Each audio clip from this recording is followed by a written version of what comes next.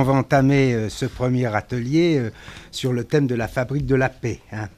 C'est vrai que faire la paix se révèle parfois aussi difficile, sinon presque plus, que faire la guerre.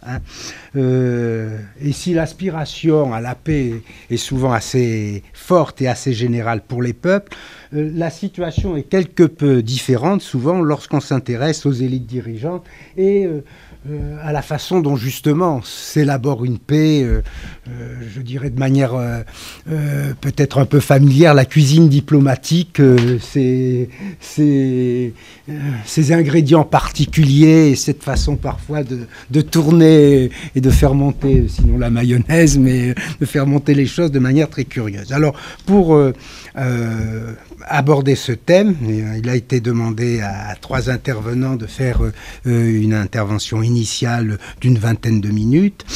Donc Ghislaine Studer, qui est spécialiste d'histoire romaine de l'Université de Poitiers, Marc Bélissa, spécialiste du XVIIIe siècle et de la période révolutionnaire de l'Université de Paris-Ouest-Nanterre, et Annie Lacroix-Guise, spécialiste d'histoire contemporaine et de l'Université de Paris 7, Denis Diderot. Je vais vous ramener vers Rome et en plus vers une Rome républicaine, donc des premiers temps, étant donné que c'est là que se posent les plus grands enjeux sur la maîtrise des questions des affaires extérieures, étant donné que sous l'Empire, il n'y a plus qu'une personne véritablement en charge alors, non pas de la diplomatie dans tous ses aspects, y compris dans son fonctionnement, mais du moins dans les grandes décisions politique. Concernant donc la diplomatie romaine, on se retrouve face à des questions un peu similaires que celles que nous a exposées Marc, à savoir qu'il n'y a pas de diplomatie permanente. Il n'y a pas de diplomate permanent. Le concept de diplomatie n'existe pas. Ce qui pose la question aussi de l'existence d'une politique extérieure. Peut-il y avoir ou non la continuité d'une politique avec un personnel qui ne répond que ponctuellement à certaines questions.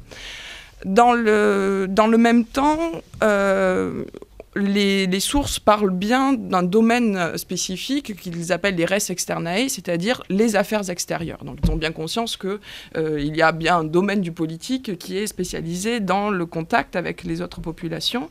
Et les spécialistes reconnus par tous, y compris par les étrangers, comme étant ceux à qui il faut s'adresser pour ces questions, ce sont les sénateurs.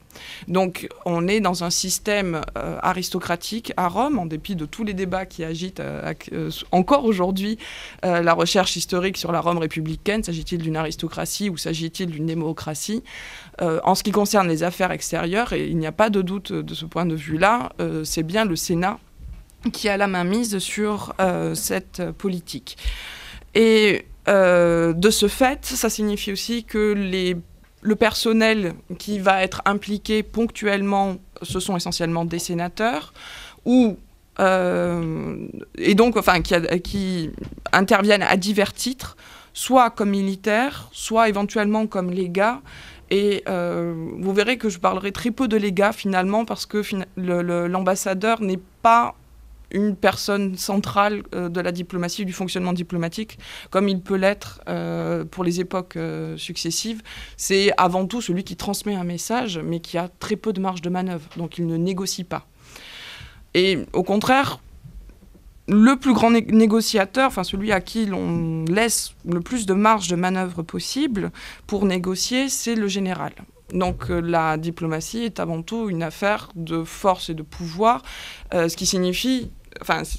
le fait que ce soit le général donne une bonne indication aussi sur ce que c'est que la diplomatie à Rome, c'est la gestion des guerres, essentiellement. Donc il ne faut pas, on n'est plus du coup dans un système où la diplomatie serait justement en rapport avec la paix par rapport à une guerre qu'il faudrait éviter, à laquelle il faudrait échapper.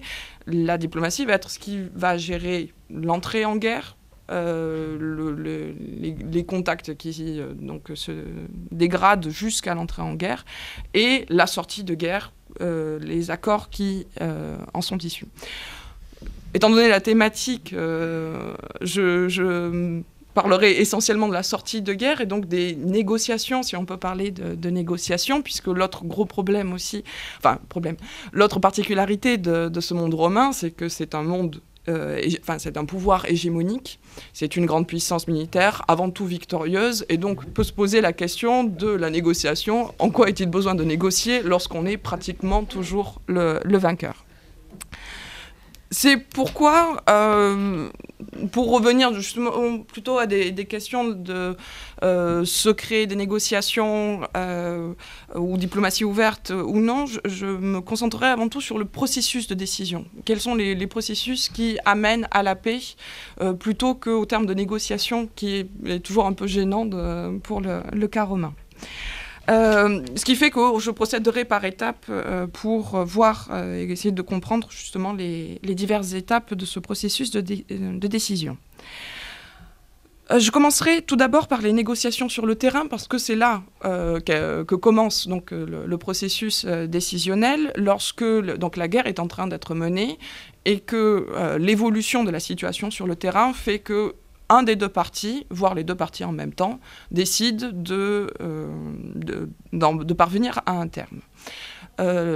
Normalement, les codes tacites de la guerre, puisqu'il n'y a rien d'écrit à un niveau international, il n'existe pas de droit international à l'époque, les codes tacites de la guerre, que l'on retrouve aussi bien dans le monde grec que dans le monde romain, supposent qu'un vainqueur dispose donc du droit de la guerre, c'est-à-dire qu'il peut faire ce qu'il veut de l'ennemi qui a été vaincu.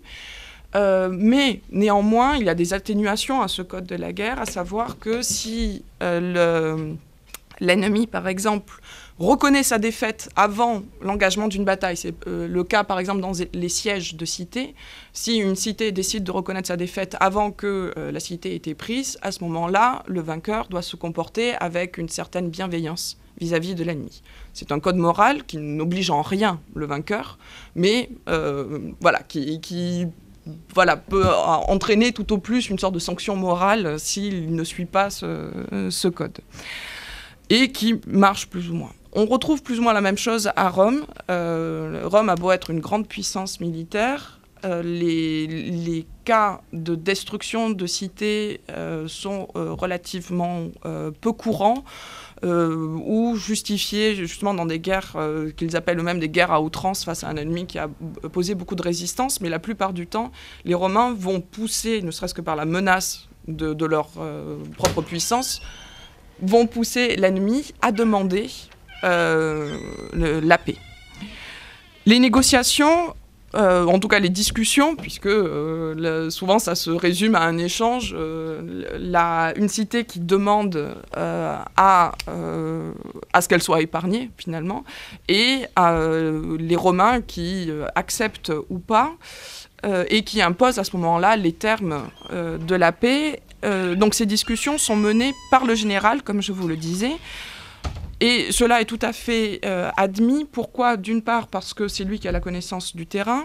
Il a la connaissance des ennemis, il les a vus combattre, il sait qu'il peut il sait s'ils ont été plutôt de bons ennemis ou de mauvais ennemis, s'ils se sont battus loyalement ou pas, si ils avaient auparavant décidé de discuter, de traiter avant que le combat n'ait lieu ou pas. Donc le général, à ce titre, est considéré comme le plus à même pour discuter et imposer les termes du traité. Toutefois, s'il est considéré comme un expert, et par exemple Cicéron lui-même le présente les généraux comme tels, ce sont les experts des traités, ils connaissent mieux aussi les termes aussi, ne serait-ce que par l'expérience, parce que comme ils en font plusieurs lors de campagnes, avec chaque cité qui a été vaincue, ils maîtrisent davantage ce vocabulaire. Néanmoins, ce n'est pas eux qui le sanctionnent, ils ne font que préparer le terrain pour un traité qui, bien évidemment, doit être sanctionné ensuite à Rome. Ils sont donc à la fois les préparateurs, ceux qui connaissent mieux les termes, la situation sur le terrain, ce qu'on peut imposer ou pas à l'ennemi, les territoires qu'il vaut d'annexer ou pas, ceux qui doivent être laissés. Et ce sont aussi le verrou vers Rome. C'est-à-dire que c'est eux qui donnent l'autorisation à une ambassade d'une cité vaincue ou d'un peuple vaincu de se rendre à Rome. Une ambassade ne peut pas aller directement à Rome pour demander la paix si le général n'a pas donné son autorisation. Donc c'est lui qui ouvre véritablement l'espace de paix et qui, au contraire, peut le fermer si jamais il considère qu'il peut obtenir davantage par la force. Et effectivement, on a des récits qui montrent à quel point les généraux vont alors jouer avec cet espace de négociation, avec ce temps de négociation. Pourquoi ? Parce que si ils considèrent que la guerre ne devrait pas être finie, ils vont mais qu'elle devrait être reconduite, qu'ils espèrent être reconduits eux-mêmes dans les charges, parce que l'intérêt, c'est que ce soit eux qui mènent la guerre pour tirer tout le bénéfice symbolique, mais aussi matériel, butin, richesse et autres. Donc ces généraux vont aussi jouer avec le temps, jouer avec les négociations. Ils vont faire en sorte de négocier pour gagner du temps, envoyer une ambassade, mais en faisant en sorte que le traité soit de toute façon refusé par le Sénat, parce qu'ils savent que les termes ne sont pas acceptables. L'ambassade revient et la guerre continue. Donc ils savent aussi jouer sur les négociations pour que ce soit leur propre intérêt et non pas pour l'intérêt de Rome, en général. Au contraire, ils vont accélérer un traité parce qu'ils savent qu'un autre général doit être envoyé pour continuer la guerre à leur place et ils veulent être le vainqueur. Et donc, ils vont faire l'effort maximal pour obtenir la négociation, pour que ce soit eux qui mettent un terme à la guerre et qu'ils tirent tout le bénéfice symbolique de la victoire. Ils sont un verrou, mais comme je vous le disais, donc ils ne sont pas non plus l'agent décisionnel, puisque la décision, au final, revient à Rome, au Sénat. Alors, elle revient, deuxième point, donc c'est lorsqu'on est à Rome même, là où se déroule, à proprement parler, le processus de décision. Je vous disais, la décision revient au Sénat. Pas tout à fait. En tout cas, il y a une nette fracture entre la théorie et la pratique. Pour qu'un traité soit validé, à l'époque républicaine, il doit être validé par ceux qu'on appelle les fétiaux. Les fétiaux, on traduit souvent le terme par prêtres ambassadeurs, ce qui est un terme un peu gênant parce qu'ils ne sont pas tout à fait ambassadeurs vu qu'ils ne participent pas aux négociations. Le rôle de ces fétiaux est seulement de sanctionner le traité. Et de le sanctionner religieusement pour qu'il soit valide. Ce qui signifie donc que pour que ces fétiaux interviennent, il faut auparavant qu'il y ait eu le vote du peuple. Donc la population intervient dans le processus décisionnel. Si le peuple refuse la guerre, les fétiaux ne peuvent pas valider et donc il ne peut pas y avoir de traité de paix. Donc il faut supposer en amont un vote du peuple. La question ne se pose pas néanmoins en termes d'un pouvoir aristocratique ou d'une décision aristocratique ou démocratique de la paix. C'est plutôt la question de la définition d'une communauté civique qui adhère ou qui n'adhère pas à la paix ou même dans l'autre sens aussi à la guerre. Le fétial lui-même, dans sa prière, la prière qu'il fait au moment où il sanctionne le traité, se présente comme le Nuntius Populi Romani, c'est-à-dire le messager, le Nuntius, c'est ce qui a donné le nom, ça, ensuite, c'est le messager du peuple romain. Et ce qu'il indique par là, c'est non pas qu'il représente l'élément populaire, mais qu'il représente la communauté civique en tant que telle. Et cela s'inscrit dans une époque encore marquée par l'archaïsme où la cité-État a du mal à se définir parfois face à des forces contraires qui sont les forces familiales, claniques, qui ont tendance aussi à s'accaparer la politique extérieure. Donc un fétial qui sanctionne un traité, cela signifie avant tout que l'ensemble de la communauté romaine approuve le traité ou désapprouve le traité, là où parfois un traité pourrait être accepté uniquement par une partie de la communauté sans que tout le reste de la communauté ait été consulté. C'est une époque aussi où les Romains discutent souvent avec des ligues, avec des peuples rassemblés en tribus, dont l'organisation politique n'est pas toujours très claire, et donc c'est une façon aussi d'établir pour les Romains quel est leur interlocuteur. Est-ce que c'est bien toute la communauté adverse qui s'engage aussi à faire un traité de paix avec les Romains, ou est-ce seulement une partie? Donc c'est une façon de sanctionner, d'être sûr que politiquement, étatiquement, les deux parties s'entendent. Donc c'est une manière d'attribuer l'espace institutionnel à la décision. Néanmoins, cela signifie et cela permet au peuple de participer à la décision, mais il vient en aval, il n'intervient qu'après. Il vient une fois que les termes du traité ont été établis, comme je vous le disais, établis en amont par le général. Entre-temps, entre le traité proposé par le général et le vote du peuple, est intervenu le Sénat qui discute de la validité des termes, qui discute si le traité paraît ou non bon. Le Sénat apparaît comme un outil, enfin un engrenage nécessaire dans ce processus décisionnel parce que il est composé essentiellement d'anciens magistrats, donc de personnes qui ont une certaine expérience. Les magistrats sont censés aussi avoir fait au moins 10 années de guerre, 10 années de campagne avant de pouvoir être élus magistrats, ce qui leur suppose aussi une certaine expérience du terrain à l'extérieur. Par ailleurs, donc, étant donné qu'ils forment un comité relativement restreint où se discutent les questions diplomatiques, ils finissent par être donc des experts de ces discussions. Et donc, comme je vous le disais, ils sont présentés généralement comme les spécialistes de la diplomatie. Pour autant, au Sénat même, on ne peut pas dire qu'il y ait négociation. La plupart du temps, ce sont les ambassadeurs vaincus qui se rendent à Rome, qui présentent le traité que leur a imposé le général et qui demandent au Sénat si ce traité sera bien validé ou non. Donc c'est un échange binaire, oui, non, et on ne peut pas vraiment dire non plus qu'il y ait espace de discussion. Espace de discussion, il y en a néanmoins à Rome, mais en dehors du Sénat, parce que souvent, ces ambassadeurs qui arrivent à Rome, avant d'entrer à la Curie, là où se réunit le Sénat, vont essayer de rencontrer les sénateurs individuellement, y compris dans leur maison, pour essayer d'obtenir une légère modification du traité, pour essayer d'obtenir ou que le traité soit refusé, ou au contraire que le traité soit accepté. Et donc, ce qui est mis en place et en œuvre à ce moment-là, ce sont des réseaux personnels, des réseaux clientélaires, oui, qui montrent donc une personnalisation de la diplomatie, une personnalisation donc qui se joue avec l'élite de Rome. Comme je vous le disais, comment se sont formés ces réseaux clientélaires? Souvent, ces sénateurs sont ceux qui ont été généraux dans des autres guerres ou ceux qui ont hérité de leurs parents des réseaux clientélaires dont le père a combattu et a mené d'importantes victoires. Donc, on se retrouve dans une situation où le rôle du peuple paraît tout-puissant, puisque c'est lui qui valide le traité, mais qui est en fait, en pratique, tout à fait réduit. Puisque, comme je vous le disais, donc, il intervient en aval, pour dire oui ou non uniquement, mais lui-même ne négocie pas les termes.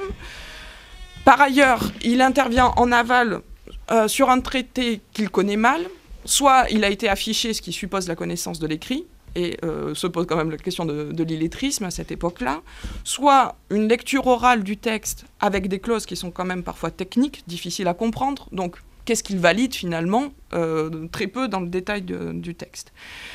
Troisième problème, le vote de ce peuple se fait dans ce qu'on appelle les comices centuriates, c'est-à-dire des assemblées du peuple qui sont organisées par richesse. C'est-à-dire les premiers qui vont voter et qui sont appelés à voter sont ceux qui font partie des catégories les plus riches de la population. Ce qui signifie que le bas peuple ne vote généralement pas parce que la majorité a été atteinte avant que le peuple les plus pauvres puisse voter. C'est le principe de l'égalité asymétrique inspiré de la philosophie pythagoricienne qui suppose que plus on est riche, plus on participe à l'effort de la communauté, mais plus on en retire aussi des droits, à savoir décider, et plus on est pauvre, moins on participe aux tâches et donc moins on décide aussi. Le problème, c'est qu'à la fin de la République, dans les armées, on retrouve essentiellement les catégories populaires de la population et ce sont toujours les plus riches qui décident. Donc on a ici un petit problème. Enfin, dernier problème aussi, qui se pose toujours pour la fin de la République, quelques textes semblent indiquer que la plupart du temps, les traités ne sont plus validés par la population.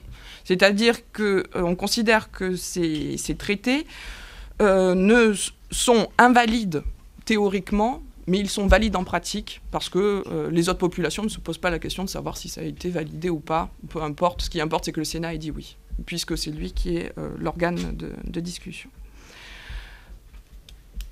Donc c'est une... Et, enfin, pourquoi ? Parce que c'est aussi l'époque des grands généraux, Pompée, César, qui aussi s'accaparent, et qui prennent de plus en plus le monopole sur la question de politique extérieure, et même le Sénat lui-même est écarté de ces questions de politique extérieure, ce qui annonce le principal empire lorsqu'il n'y a plus que l'empereur qui prend des décisions.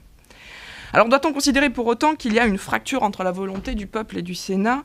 Si on regarde l'ensemble de la documentation, moi-même je n'ai trouvé qu'un seul exemple où il y a une fracture où le peuple ne vote pas la même chose que le Sénat.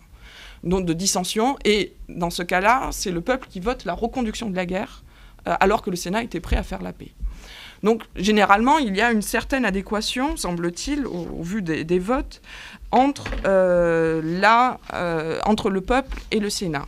Pourquoi ? Parce que, comme je vous le disais, on est dans une politique hégémonique impérialiste et de réussite. Donc c'est une Rome victorieuse qui négocie dans ces cas-là.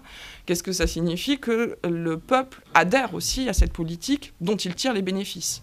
Il tire les bénéfices du butin, il tire les bénéfices de l'annexion de territoire, puisque il y a souvent partage de terres.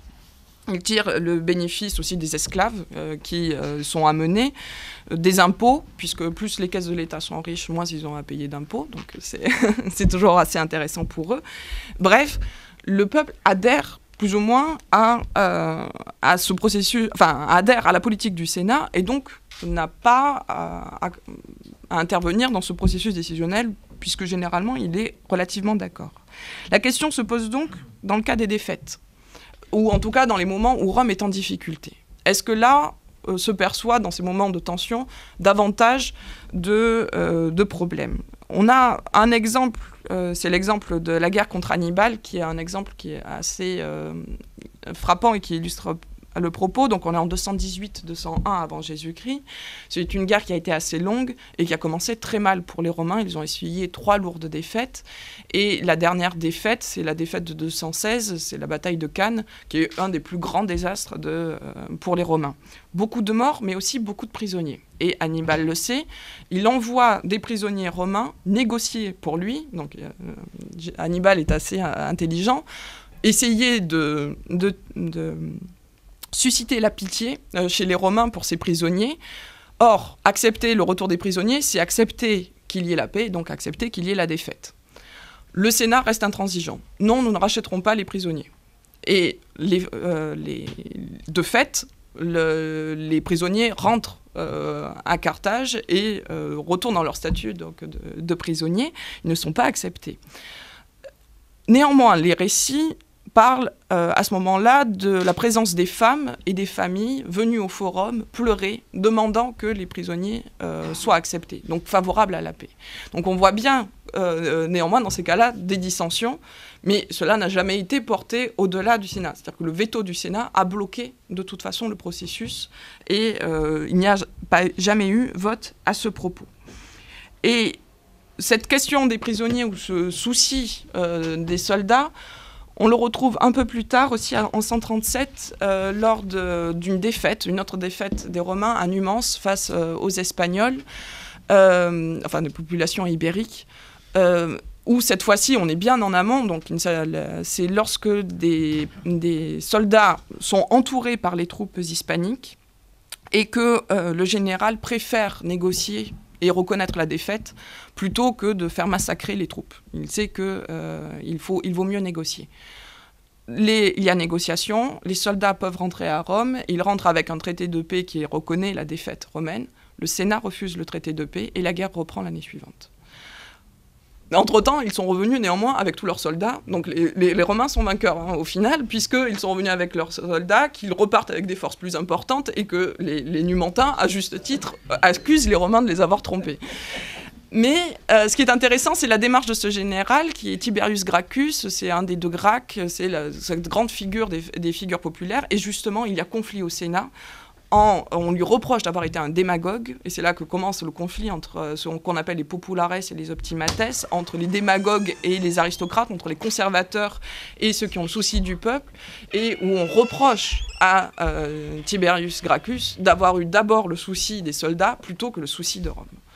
Donc, de temps en temps, émergent et c'est dans ces moments de conflit qu'émergent les tensions sur le processus de décision. Bien évidemment, lorsque Rome est victorieuse, lorsque Rome est conquérante, et que la guerre profite à tout le monde, à ce moment-là, il y a assez peu de dissensions. Je m'arrête là parce que je crois avoir même dépassé. Alors, Anne Jolet, quand elle m'a contacté, m'a demandé de faire quelque chose autour de, justement, la cuisine diplomatique, même si elle n'a pas utilisé cette expression-là, mais plus particulièrement pour savoir comment on pouvait fabriquer la paix et quels étaient les moyens, dans l'époque moderne, de faire circuler l'information diplomatique, de faire circuler l'information entre les diplomates et leurs autorités de tutelle, etc., et comment on construisait dès l'Ancien Régime différentes formes de diplomatie, soit ouvertes, soit secrètes, bien évidemment, et comment les contemporains pouvaient envisager cette diplomatie, ces moyens. Alors, je vais intervenir grosso modo en 3 parties. Première partie où je vais présenter très rapidement les structures de la diplomatie au XVIIIe. Ensuite, j'aborderai la question de la circulation de l'information secrète et publique. Et enfin, je présenterai la manière dont les théoriciens de la diplomatie à l'époque moderne et les philosophes des Lumières ont pu aborder ou critiquer la diplomatie telle qu'elle se pratiquait ou telle qu'elle était théorisée. Voilà. De manière à faire une espèce de tableau un petit peu général sur à la fois les pratiques de la diplomatie et les théorisations de la diplomatie au XVIIIe siècle. Alors j'aurais pu traiter du XVIe, XVIIIe siècle, mais ça aurait été un peu trop long, je me limite au XVIIIe, évidemment, mais ce que je dis pour le XVIIIe est sans doute valable d'une manière générale pour l'ensemble de la période moderne. Alors premier point, donc les structures de la diplomatie au XVIIIe siècle. Il faut savoir qu'au XVIIIe siècle, la diplomatie n'est ni une carrière, ni une profession. On n'emploie pas d'ailleurs le terme de diplomatie, qui est anachronique, on n'emploie pas le terme de diplomate, puisque le terme de diplomate ne devient d'un usage courant qu'au début du XIXe siècle. Il apparaît à l'extrême fin du XVIIIe, mais en fait on ne l'utilise quasiment pas. On parle d'envoyés, de ministres, de résidents, etc., tout ce que vous voulez, d'ambassadeurs évidemment, mais pas de diplomates. En réalité, il y a différentes grandes catégories. Au sommet de cette hiérarchie, il y a les ambassadeurs, en dessous il y a les ministres, et en dessous il y a différents types d'envoyés, de résidents, de chargés d'affaires, etc. Alors évidemment, cette hiérarchie est calquée sur la hiérarchie des titres des individus eux-mêmes, et pas tellement des fonctions. C'est-à-dire qu'on n'est pas, si on n'est pas un grand personnage, on n'est pas ambassadeur de toute manière. Si on n'est pas un grand personnage, on sera envoyé, ou à la rigueur, on sera ministre ou résident, en tout cas certainement pas ambassadeur. Le titre d'ambassadeur est réservé pour les postes les plus prestigieux. Or, quels sont ces postes prestigieux dans l'Europe du XVIIIe siècle? C'est Paris, c'est Londres, c'est Vienne, c'est Berlin, c'est Rome, et c'est à peu près tout. Voilà. Ou on peut aussi ajouter, du point de vue français, par exemple, la Suède, qui est une vieille alliée du Royaume de France. Là, on envoie un ambassadeur. Mais à Genève, dans la plupart des États allemands, dans la plupart des États italiens, on envoie des résidents ou des chargés d'affaires. Sauf évidemment à Rome, où, comme le pape est un acteur particulier des relations internationales, on envoie un personnage spécifique. Alors, ces réseaux diplomatiques au XVIIIe siècle sont très incomplets. C'est-à-dire que la plupart des États n'ont pas de vrais réseaux diplomatiques. Seuls les très grands États comme la France, l'Autriche, l'Espagne, etc., ont des représentants à peu près partout. Pour les autres puissances, les puissances dites secondaires ou les puissances dites du troisième groupe, on a quelques ambassadeurs, quelques envoyés par-ci par-là. Il y a même encore des États au XVIIIe siècle qui ont des ambassades itinérantes, c'est-à-dire qu'on envoie un même personnage négocier dans 5-6 cours différentes, parce que tout simplement on n'a pas les moyens d'entretenir une ambassade. Parce qu'entretenir une ambassade, ça coûte très cher. Ça coûte très cher pour plein de raisons. D'abord parce que il y a des frais de représentation qui sont extrêmement importants, et d'autre part parce que le cérémonial, l'étiquette des puissances monarchiques est une contrainte extrêmement lourde, et extrêmement lourde en termes d'argent également. C'est une des raisons pour laquelle le nombre d'ambassades a tendance à diminuer au cours du XVIIIe siècle. On envoie de moins en moins d'ambassadeurs, on envoie de plus en plus de résidents ou de ministre, tout simplement parce que ça coûte beaucoup moins cher et parce que c'est beaucoup moins compliqué. On va réserver les ambassades, soit aux très grandes puissances, soit aux occasions tout à fait exceptionnelles. Par exemple, un mariage princier important, la conclusion d'une alliance. À ce moment-là, on envoie un ambassadeur, mais il est extraordinaire. Il est envoyé pour une mission qui va coûter très très très cher, mais ça on le sait. Et on va envoyer plutôt un personnage ordinaire, entre guillemets, pour faire les négociations ordinaires, si l'on peut dire. Alors la diplomatie, c'est pas une carrière très convoitée. Il faut bien savoir que la plupart des gens qui sont diplomates, c'est plutôt un exil entre guillemets ou un exil doré. C'est-à-dire que les grands personnages des cours, que ce soit en France ou ailleurs, ne vont pas à l'étranger. Sauf, cas exceptionnel, sauf mariage princier, sauf conclusion d'une paix. Mais sinon, les personnages qu'on envoie dans les cours étrangères sont des nobles sinon de second rang, du moins pas les personnages les plus importants de la cour, parce qu'on le sait bien, loin des yeux, loin du cœur, loin du roi, pas de pension. Et donc, aller en ambassade à Berlin, aller en ambassade à Saint-Pétersbourg, c'est pas une très bonne affaire pour la carrière d'un individu. À la rigueur, un individu de seconde zone peut, à la suite d'une grande errance diplomatique, obtenir une position sociale qui sera supérieure à celle qu'il avait avant qu'il parte. Mais en général, on ne recherche pas ça. On fait une ambassade, 2 ambassades, et on essaie de rentrer le plus vite possible. D'ailleurs, toute la correspondance diplomatique est remplie dans la diplomatie, dans les papiers diplomatiques, on parle très peu de diplomatie et on parle beaucoup d'argent. Je veux rentrer chez moi, je suis malade, j'en ai assez à Saint-Pétersbourg, je m'ennuie, vite, sortez-moi de là, etc. Ouais, je caricature un petit peu, mais c'est un peu ça quand même. En fait, on n'a pas très envie d'y aller, sauf évidemment dans les ambassades prestigieuses. Avoir l'ambassade de Paris pour un Anglais, c'est évidemment bon. Avoir l'ambassade de Rome pour un Français, c'est évidemment très très bon. Mais sorti de ces postes prestigieux, en général, on rigole pas beaucoup visiblement. Dans la correspondance d'un envoyé à Ratisbonne, il dit tous les gens qui sont là sont des gens qui ont beaucoup d'esprit, etc. Mais dès qu'ils arrivent à Ratisbonne, ils deviennent les gens les plus ennuyeux du monde, parce que tout ce qu'on doit négocier est tellement ennuyeux que de toute façon, la seule chose qu'on a envie, c'est de partir avant de mourir d'ennui. Donc vous voyez, c'est pas une très très grande rigolade. Il faut dire que ces gens-là ne sont pas formés. Ces diplomates ne sont pas formés. Il n'y a pas de carrière diplomatique. Carrière diplomatique, ça s'organisera dans la deuxième moitié du 19e siècle et encore, plutôt vers le dernier tiers du 19e siècle. Ces gens-là sont des nobles qui sont issus des milieux nobiliaires, soit de la cour, soit de la robe, comme on dit. Le plus souvent, ce sont des nobles d'épée, comme on dit, enfin en France. Pour la plupart. Sont des gens qui n'ont pas de formation particulière. Souvent, ce sont des gens qui ne parlent pas la langue du pays dans lequel on les envoie. Ça ne gêne pas particulièrement. D'abord parce que le français est quand même très dominant dans les négociations. Et au pire, il y a éventuellement le latin qu'on peut toujours utiliser. En particulier dans les cours d'Europe centrale. En Pologne, etc., on négocie beaucoup en latin ou en français. Alors, tous ces gens-là ne sont pas des professionnels, ils sont plutôt mal formés, et ils correspondent avec des gens qui sont très peu nombreux. Il faut savoir que les affaires étrangères, en France, c'est une 50aine de personnes. Et ça ne fait pas beaucoup de monde. Les bureaux, ce qu'on appelle les bureaux, on a tendance à parler des bureaux au XVIIIe siècle, mais les bureaux des affaires étrangères, c'est une 30aine de personnes. C'est pas grand monde. C'est qui les bureaux? C'est fondamentalement deux dirigeants, par exemple à Paris, enfin à Versailles ou à Paris, ce sont deux directions qui se répartissent les postes, quelques scribes, quelques chiffreurs, comme on dit, des spécialistes du code, je vais y revenir après, et puis des gens qui sont des secrétaires. Donc c'est un appareil, si on veut utiliser l'expression d'appareil d'État qui serait tout à fait anachronique, c'est un appareil qui est quand même très très très très limité. Et les envoyés, il y en a combien? Il y en a peut-être une trentaine, une quarantaine pour la France.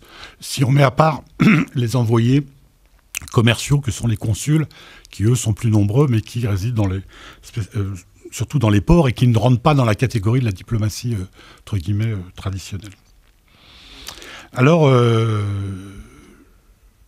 donc c'est très peu de gens, c'est un tout petit monde dans lequel ce qui prévaut sont les codes de la noblesse, en réalité, plutôt que les codes de l'État. Les codes de la noblesse, c'est-à-dire le service du roi plutôt que le service de l'État, ou le service du prince, si on veut. Cela dit, au XVIIIe siècle, on commence à penser de plus en plus en termes de stratégie à long terme. À l'époque, on utilise le terme de système politique. On dit que la France a un système politique, que l'Angleterre a un système politique. Et donc, il y a une espèce de mémoire de la diplomatie qui s'est constituée sur la base des archives qui se constituent et qui s'accumulent. C'est-à-dire que de plus en plus, lorsqu'on envoie quelqu'un à l'étranger, eh bien, il est obligé de lire toute la correspondance qui a été accumulée avant et qui constitue une espèce de mémoire et une espèce de ligne politique, entre guillemets, ou de stratégie politique, ou de système politique, comme ils disent à l'époque, de l'attitude de la France, de l'Espagne vis-à-vis de telle ou telle autre puissance. Alors, je passe à mon deuxième point. Ces diplomates, ces envoyés, sont avant tout des gens qui amassent de l'information. Avant d'être des négociateurs, c'est-à-dire avant de négocier, il faut déjà savoir des choses. Et or, le problème, c'est que la circulation de l'information au XVIIIe siècle a ses propres contraintes. Elle a des contraintes de temps, elle a des contraintes d'espace, et elle a des contraintes de rareté et de cherté. L'information n'est pas disponible, elle est chère, il faut l'obtenir. Elle est rare parce que, comme on a très peu de gens, justement, dans ces milieux diplomatiques, peu de gens sont capables de donner de l'information. Et elle est lente parce que les transports sont lents, les postes sont lentes. Et elle prend beaucoup de temps parce que l'espace à couvrir est très long. Bon, y a un exemple qui est bien connu, je reviendrai peut-être un petit peu là-dessus, qui est le fait que quand Pierre le Grand de Russie bat le roi de Suède Charles XII à la bataille de Poltava en 1709, les Anglais l'apprennent avant les Français pour une raison toute simple, c'est que les Anglais ont une route maritime commerciale directe avec la Russie que n'ont pas les Français. Et donc les Anglais le savent quasiment 2 semaines ou 3 semaines avant les Français. Donc il y a des contraintes extrêmement fortes quant à la collecte de l'information. En effet, il n'existe pas de service secret, de service d'espionnage. Quand je dis il n'existe pas de service d'espionnage, entendons-nous bien, il y a des espions, il y a des réseaux, mais ce ne sont pas des réseaux d'État, ce ne sont pas des réseaux d'officiers. Ce sont des réseaux qui sont constitués un petit peu au petit bonheur la chance. Ce sont des individus qui recrutent des espions, qui recrutent des informateurs. L'État n'a pas de service secret à proprement parler.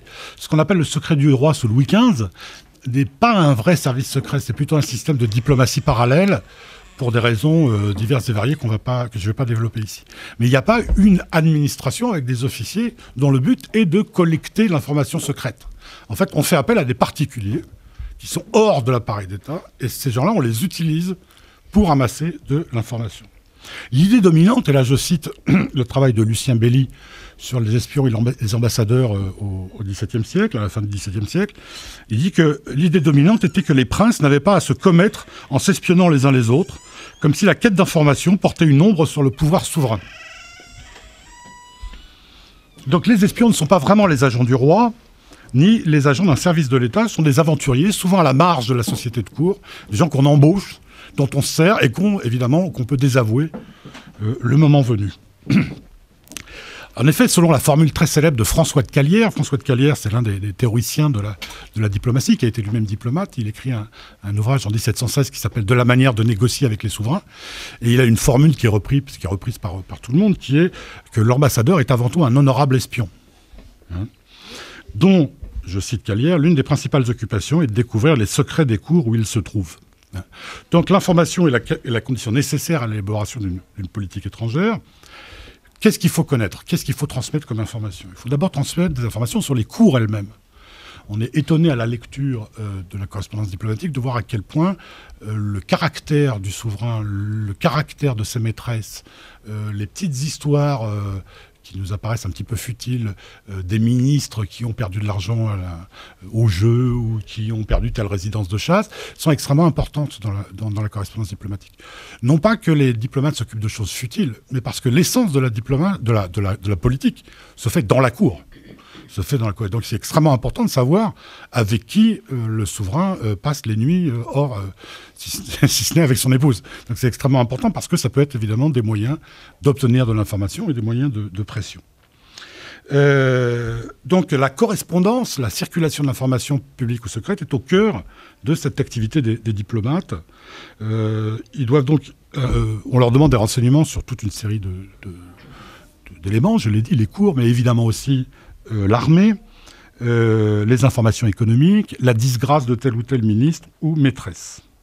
Alors, le diplomate écrit à qui? Il écrit à son ministre de tutelle, ministre des Affaires étrangères, ou directement au roi ou au souverain.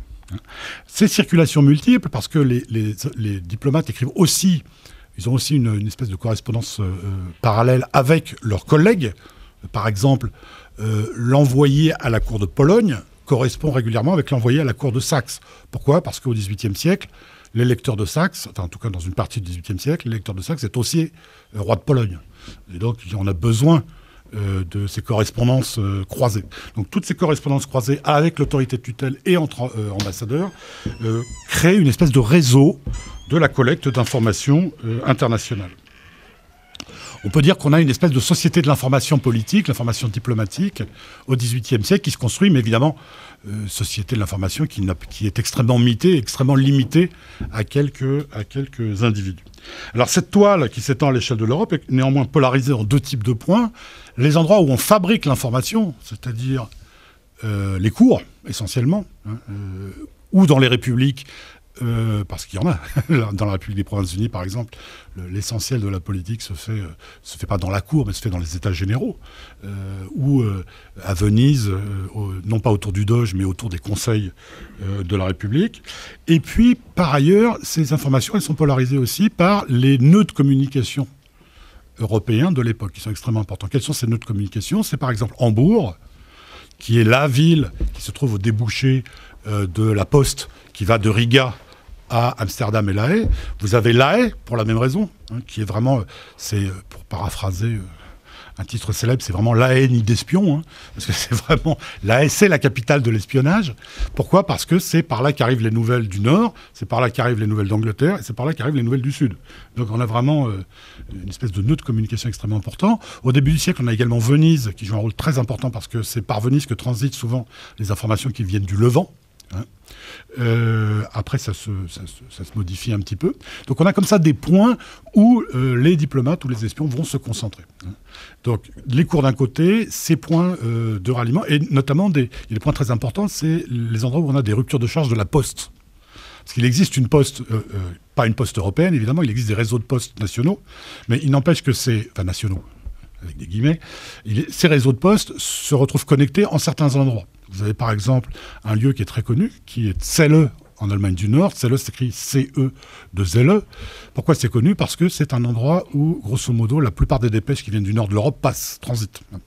Or, Celle appartient à l'électeur de Hanovre. L'électeur de Hanovre qui, à partir des années 1700, à la fin des années 1710, appartient à l'Angleterre, puisque l'électeur de Hanovre est roi d'Angleterre. Et donc, cette poste de Celle permet à l'Angleterre d'avoir un service d'espionnage extraordinaire, parce que une grande partie de circulation diplomatique passe par leur jardin, si j'ose dire. Alors évidemment, j'en viens à cette question de l'espionnage postal, qui est très important. Évidemment, toutes les puissances essayent au maximum d'intercepter les courriers diplomatiques et créent des structures parallèles qu'on appelle en France le cabinet noir, qu'on appelle autrement, c'est la chancellerie de Vienne à Vienne, la chancellerie autrichienne à Vienne, enfin, le Secret Office en Angleterre, etc. Et donc le but du jeu, c'est non pas d'empêcher les lettres de circuler, mais évidemment de les ouvrir, de les recopier et de les renvoyer. Bon, mais évidemment, tout le monde sait ça. Tout le monde sait que les lettres sont ouvertes, donc on est obligé de trouver des parades. Les parades les plus évidentes, c'est le chiffre, le code. Si vous allez aux archives diplomatiques, vous verrez que la plupart des dépêches importantes, c'est des lignes de chiffres. Une ligne sur deux, et le chiffre correspond évidemment à un code qui a été donné à l'ambassadeur avant de partir. Parfois, le même ambassadeur reçoit 5-6 types de codes selon les missions et selon les endroits. Alors évidemment, ça crée aussi la nécessité de casseurs de codes. Les casseurs de codes sont efficaces. Ceci dit, le moyen le plus efficace d'avoir un code, c'est quand même de soudoyer le domestique du diplomate pour qu'il vous pique un exemplaire. C'est le plus simple. Mais si vous n'y arrivez pas, à ce moment-là, vous utilisez le casseur de code. Et parmi les casseurs de code très célèbres, à l'époque, il y a un personnage que vous connaissez en tant que philosophe, mais qui était l'un des plus grands mathématiciens de son temps, c'est Leibniz. Leibniz a été le plus grand casseur de code à la fin du XVIIe siècle. Il a joué un rôle important dans l'espionnage. Alors donc, on casse les codes, mais aussi on envoie beaucoup de dépêches en duplicata ou en triplicata. C'est-à-dire qu'on envoie 3 dépêches, l'une avec rien dedans, la deuxième avec un peu quelque chose dedans, et la troisième qui est la vraie dépêche, qu'on fait transiter par différents moyens. En effet, contrairement à ce qu'on pourrait penser, on envoie très rarement des courriers express. C'est-à-dire l'ambassadeur n'a pas les moyens matériels d'envoyer un type de Varsovie à Paris pour apporter un message. D'abord, parce qu'on n'est pas sûr que le type va arriver, alors qu'avec la poste, on est quand même plus... c'est un peu plus sûr. 2, parce que ça coûte extrêmement cher et qu'on ne peut utiliser ce genre de solution que en cas de problème ultra urgent. Et donc, on est obligé de restreindre ces coûts et de se limiter à la poste. Alors, il y a toutes les ruses de l'espionnage qui sont devenues par la suite assez classiques à l'époque contemporaine. Le fait d'envoyer des lettres dans des boîtes postales, par exemple, Hein, il y a un célèbre marchand de Rouen, faudrait que je retrouve le nom, un faux nom de marchand de Rouen, qui est en fait la boîte postale du ministre Choiseul, etc. On utilise évidemment les voyageurs qui ne sont pas des diplomates, les marchands, les aventuriers comme Casanova. Hein, Casanova qui outre parmi ses nombreuses activités d'escroc, de joueur, etc., est aussi un espion, et un espion de haut vol, puisqu'il travaille pour à peu près tout le monde. On utilise aussi les ecclésiastiques, parce qu'on pense qu'ils seront moins suspects d'être fouillés. On utilise les femmes, pour la même raison, en très petit nombre. En très petit nombre, on utilise les femmes. Mais on utilise toute une série de moyens pour faire circuler cette information. Alors, les représentants des rois, des espions, les diplomates n'ont pas le monopole de la circulation des nouvelles. Les gazettes, en effet, ces gazettes hollandaises jouent un rôle, je dis les gazettes hollandaises parce que ce sont les plus célèbres, ces gazettes hollandaises jouent un rôle extrêmement important parce qu'elles sont rapides, elles sont fiables, et parce qu'elles s'appuient sur des réseaux d'informateurs qui existent déjà. Réseaux d'informateurs qui sont parfois, pas toujours, mais parfois, des réseaux confessionnels. On sait qu'une grande partie des gazettes hollandaises ont été créées par des huguenots français, chassés, qui ont quitté la France à la suite de l'édit de Fontainebleau et donc de la suppression de l'édit de Nantes. Très souvent, ils ont gardé des contacts à la fois en France et dans la diaspora huguenote dans toute l'Europe, ce qui leur permet de faire circuler les nouvelles, parfois bien plus vite que les nouvelles d'État. Et donc, très souvent, les diplomates eux-mêmes lisent les gazettes pour avoir les informations. Dans n'importe quel poste diplomatique, il y a quelqu'un de spécialisé qui épluche les gazettes, qui découpe les articles des gazettes, qui les colle et qui les envoie au ministère. On appelle ça l'extrait des gazettes. Et dans toute la correspondance diplomatique, on a un extrait des gazettes qui donne des informations de différents types. Alors, est-ce que cette information, elle est fiable ? Elle est fiable en partie, oui, mais évidemment, comme dans tous les réseaux d'espionnage, on a aussi beaucoup de rumeurs, beaucoup d'histoires, beaucoup de désinformation, parce que, évidemment, les diplomates sont eux-mêmes évalués sur la base de leur production de l'écrit. Mieux vaut colporter une rumeur que de ne rien dire, quitte à désavouer la rumeur peu de temps après. Alors, comme il ne me reste pas beaucoup de temps, je vais passer à ma troisième partie.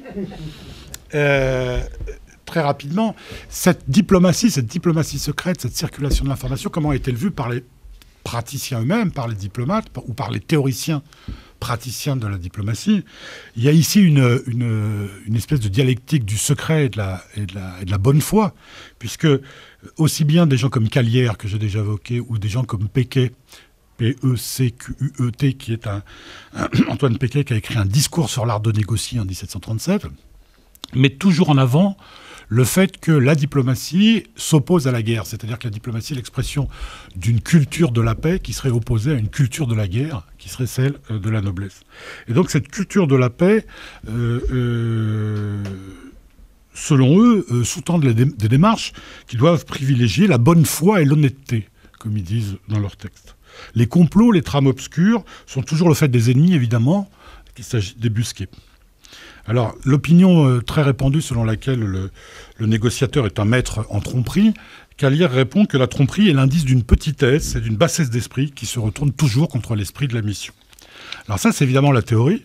Le problème, c'est que dans la pratique, Calière explique qu'on est quand même obligé de faire des choses qu'on ne voudrait pas faire. La corruption et l'espionnage sont vivement conseillés par Calière, qui réclame, je cite, de la délicatesse dans ces sortes d'affaires.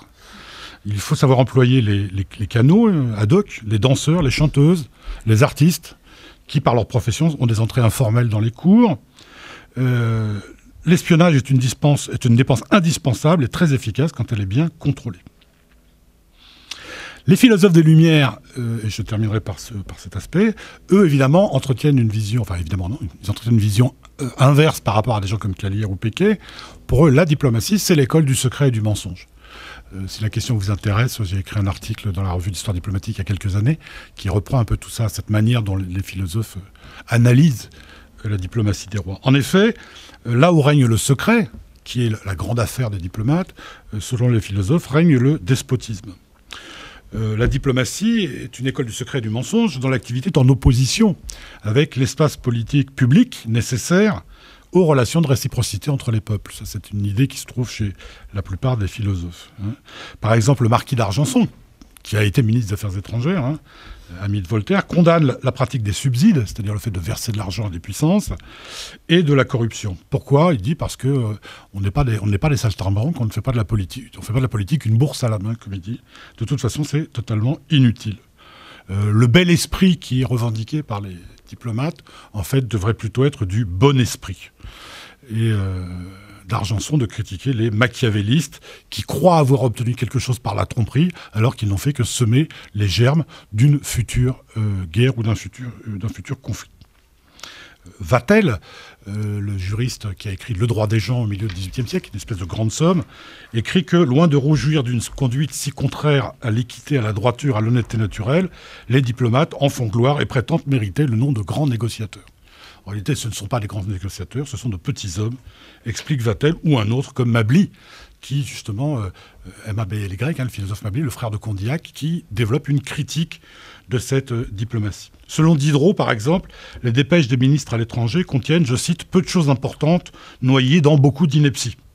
Leur véritable tâche devrait être de s'instruire parfaitement de tout ce qui concerne une nation et d'en fournir des mémoires que l'on comparerait avec ceux de leurs prédécesseurs. Aussitôt ce travail accompli, le ministre serait envoyé dans un autre État et, je cite, la longue résidence dans une même cour serait un signe infaillible d'imbécilité. Alors à la fin du siècle, je termine là-dessus, la fin du siècle, l'image de la diplomatie existante, de ces pratiques, est extrêmement dégradée dans l'opinion des Lumières. Guibert, le théoricien militaire, l'a défini comme, le comte de Guibert, comme, je cite, l'art de négocier ou plutôt d'intriguer, celui de fomenter sourdement quelques révolutions, de lier ou de rompre dans l'obscurité des cabinets quelques traités d'alliance, de paix ou de mariage ou de commerce.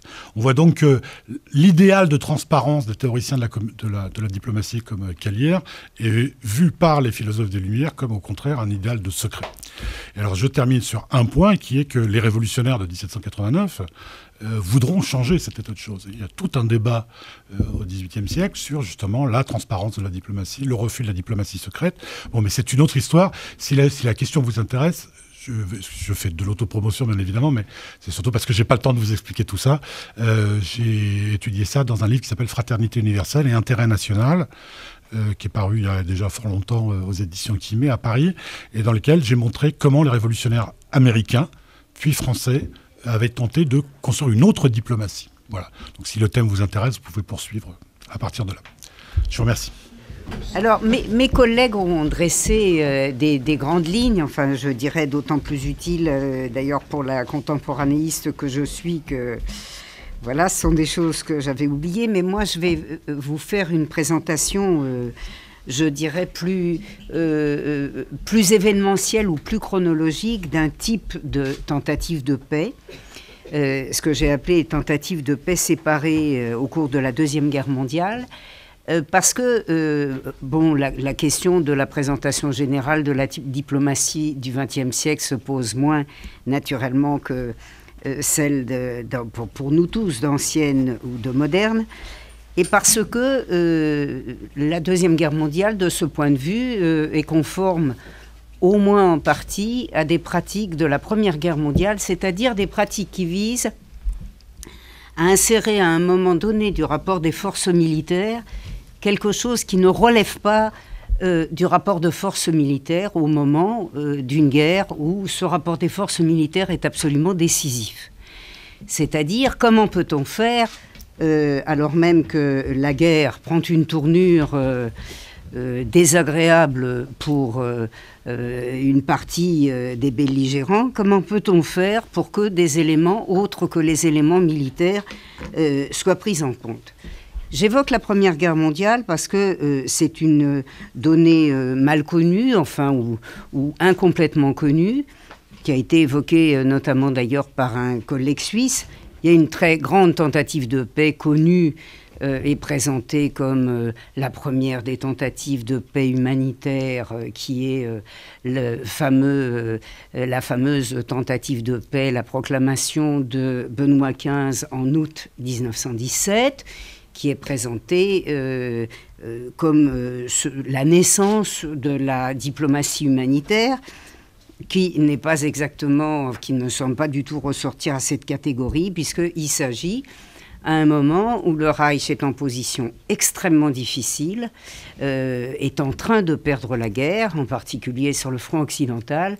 Il s'agit de compter sur les puissances anglo-saxonnes, en particulier sur les États-Unis, pour infléchir le rapport de force et faire que l'Allemagne ne perde pas tout ce qu'elle est en passe de perdre, et que finalement elle perdra parce que cette tentative de paix n'infléchit rien du tout. Mais c'est extrêmement intéressant parce que ces tentatives de paix de la Première Guerre mondiale sont précisément les tentatives de paix qui se renouvellent au moment de la Seconde.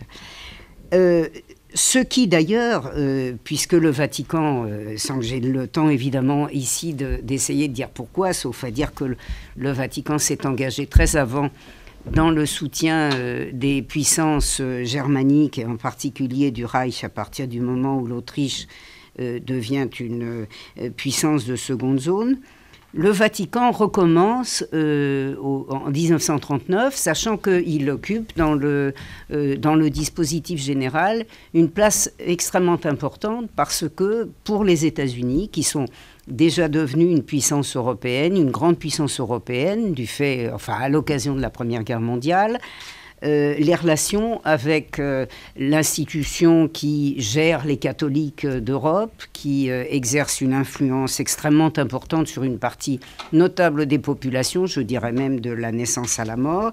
Cette influence du Vatican, elle est importante tant en temps de paix qu'en temps de guerre. Et en temps de guerre, où alors que la guerre va commencer, Washington utilise le Vatican comme centre d'écoute et de tractation, établit une véritable première ambassade, bien que la question de l'ambassade du Vatican à Washington n'ait jamais été résolue dans cette puissance protestante, mais une puissance protestante qui a énormément besoin du catholicisme, et donc est installé par Roosevelt à l'automne 1939 pour des motifs à la fois d'information, des motifs essentiels d'information, au moins aussi importants que le centre de Berne, et puis aussi pour les futures tractations qui naturellement se produiront, y compris pendant le conflit. Roosevelt installe Marion Taylor, qui est un grand industriel, grand financier, puisqu'il a été président de United States Steel. Et Marion Taylor va d'ailleurs jouer, et pendant la guerre, et surtout après la guerre, un rôle déterminant, non seulement dans le dispositif de la guerre, mais en temps de paix et en Italie.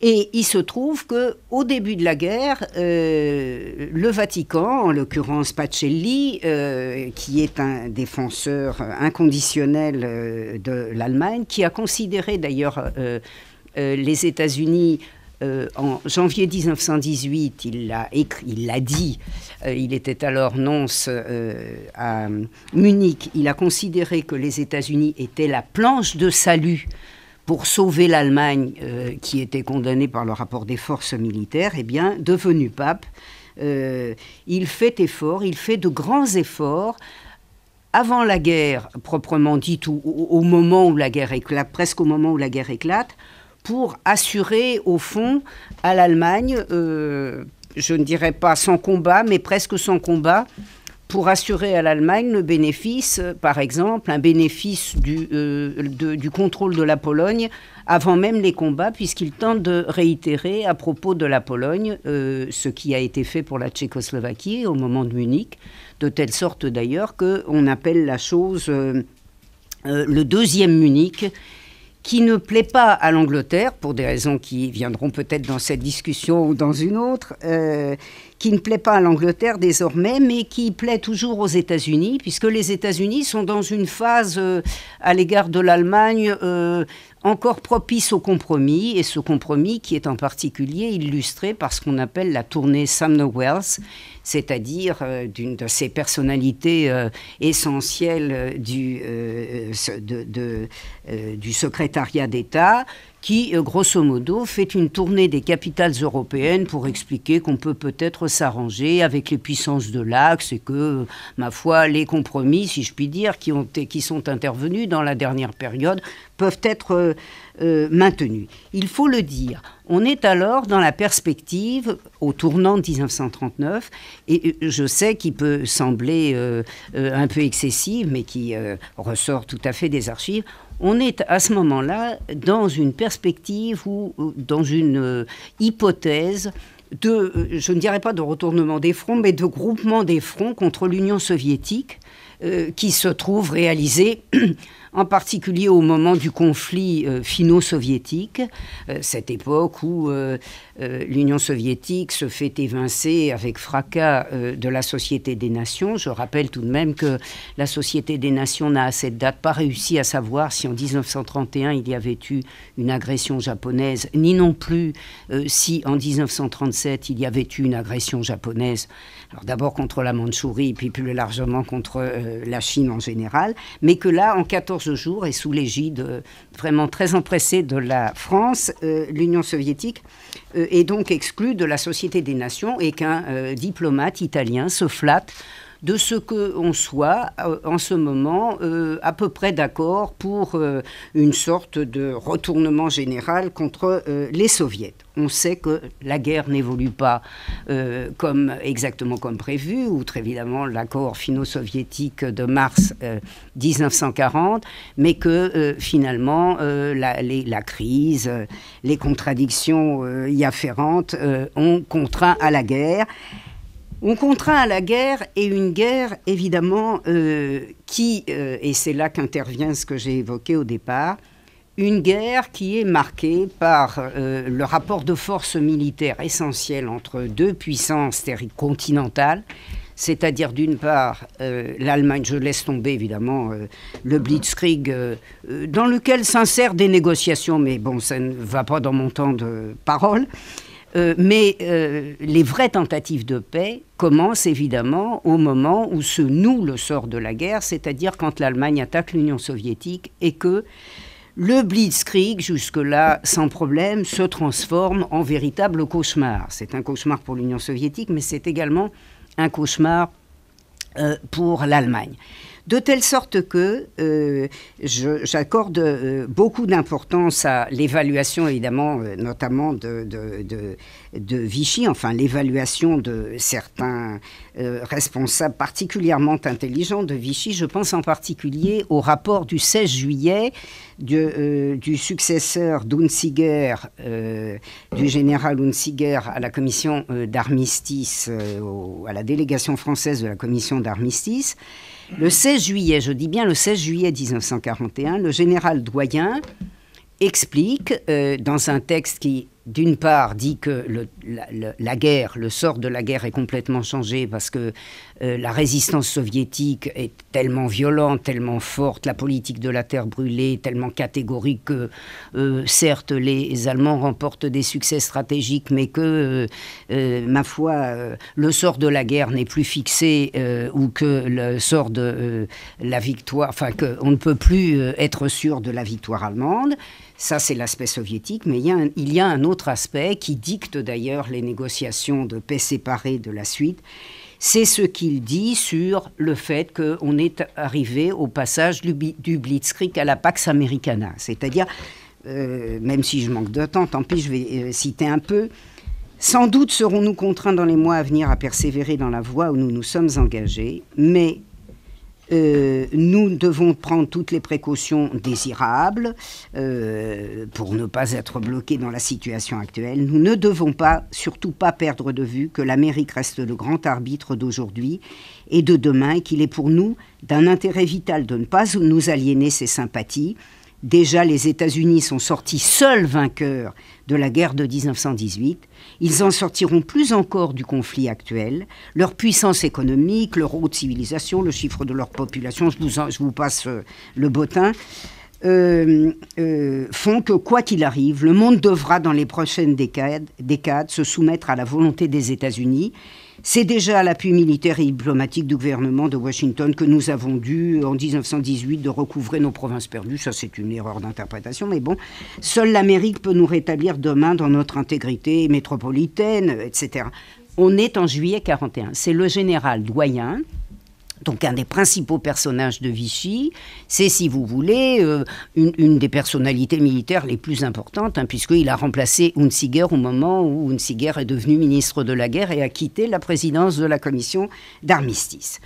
C'est-à-dire que dans ce qu'il voit très bien, et je dirais même que j'aurais dû évoquer d'autres négociations, parce qu'il y a eu un premier tournant de ce type, une première perception de ce type le 13 décembre 1940 avec la première éviction de Laval, qui est le moment choisi par les élites dirigeantes françaises de se rendre compte que peut-être le sort de la guerre sera dicté non seulement moins par Londres d'ailleurs que par Washington, et qu'il vaut mieux essayer de discuter un peu. Mais c'est surtout évidemment à partir de cet été 1941 que s'engagent de vraies négociations. D'abord des négociations financières. Ça, c'est une donnée extrêmement importante. C'est-à-dire, il faut le mesurer tout à l'heure, mon collègue Marc Bélissa a bien montré que finalement, la diplomatie de l'Ancien Régime, c'est la diplomatie du sommet de la société, c'est-à-dire la diplomatie des souverains. Eh bien, la diplomatie du sommet des sociétés à notre époque, puisque nous sommes déjà dans notre époque contemporaine, c'est la très grande bourgeoisie financière qui la fixe.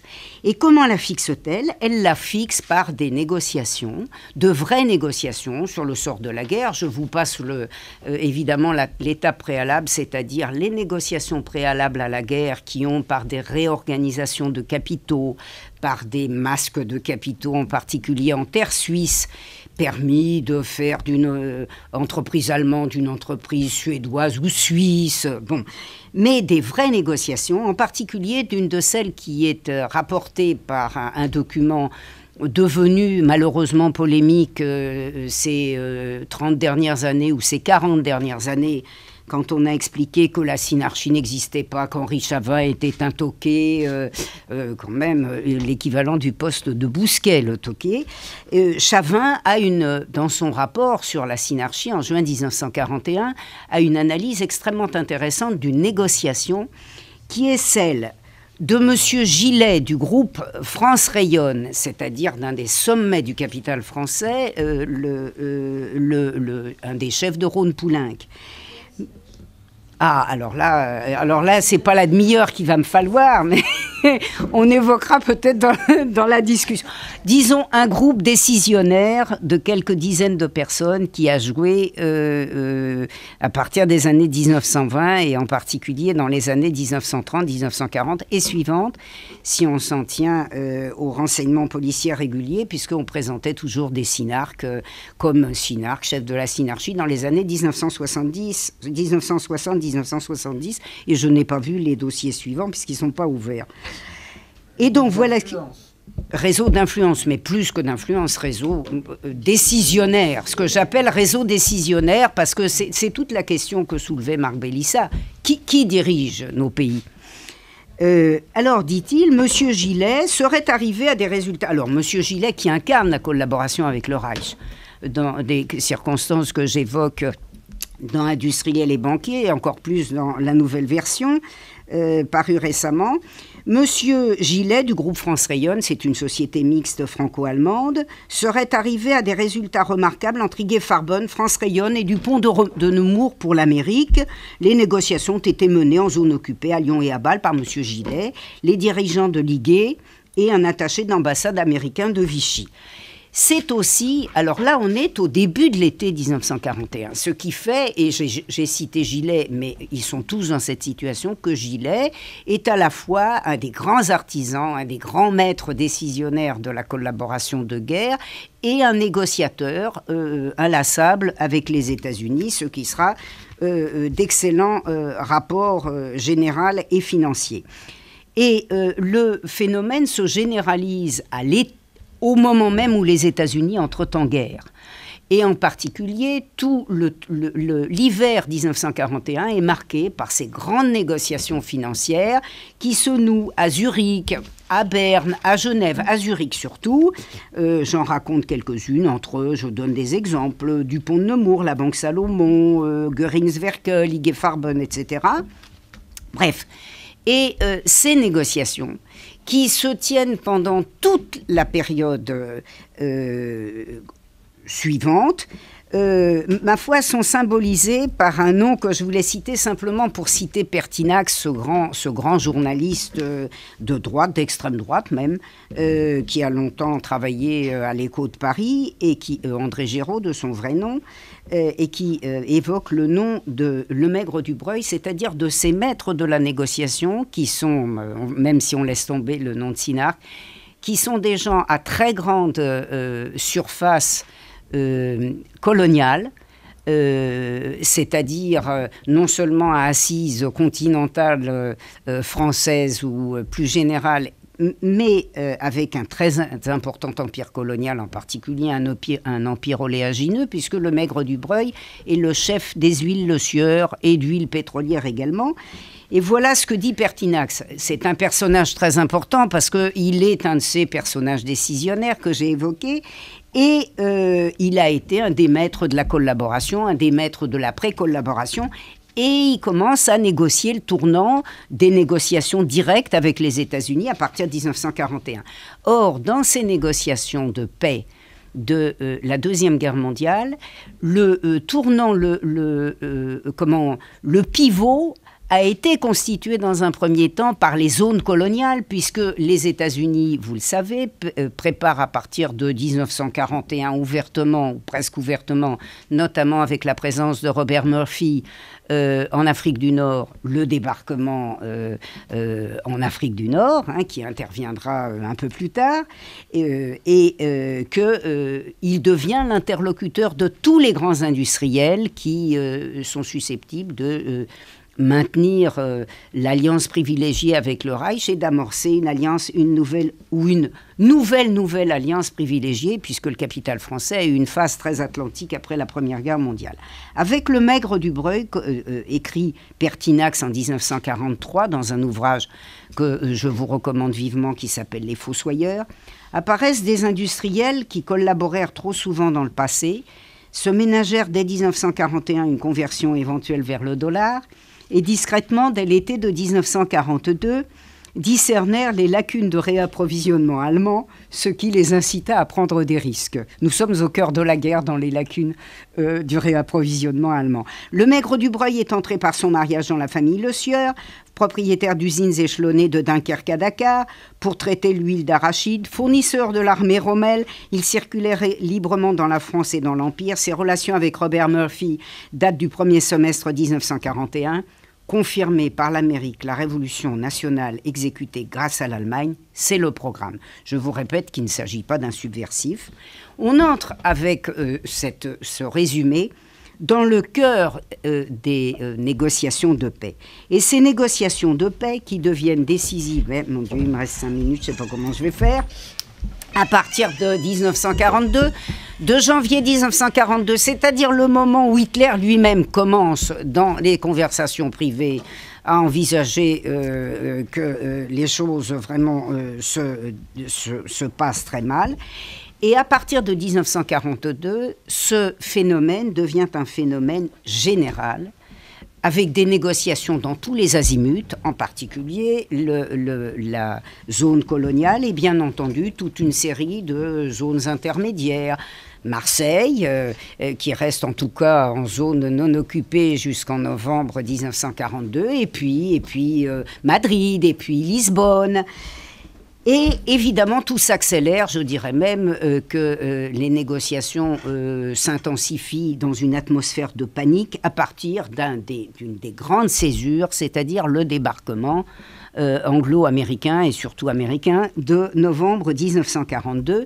Novembre 1942, date à laquelle un des principaux protagonistes de ce qu'on peut appeler les négociations de paix qui tente à infléchir le rapport des forces militaires par malheur en faveur de l'Union soviétique, puisque cette guerre est une guerre entre la Wehrmacht et l'armée rouge, s'installe donc en novembre 1942, pratiquement dans les semaines qui suivent, Olen Dulles, représentant financier des liens entre les États-Unis et l'Europe centrale et en particulier l'Allemagne, puisqu'il est un des participants, comme son grand frère Foster Dulles, il est un des associés de la grande firme d'avocats d'affaires Sullivan & Cromwell.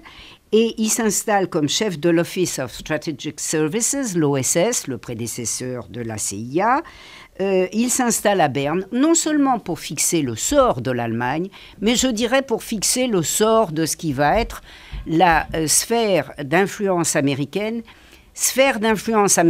qui est la nôtre, celle que nous connaissons, mais sphère d'influence américaine dont les négociations de guerre ont essayé d'étendre considérablement la sphère, puisqu'il était question que ce que l'Union soviétique revendiquait comme but de guerre, c'est-à-dire le rétablissement de l'Union soviétique dans ses frontières, d'une part, dans ses frontières de 1918, d'une part, sauf la Finlande, d'autre part, l'établissement d'une zone de sécurité qui correspondait grosso modo à ce qu'on appelle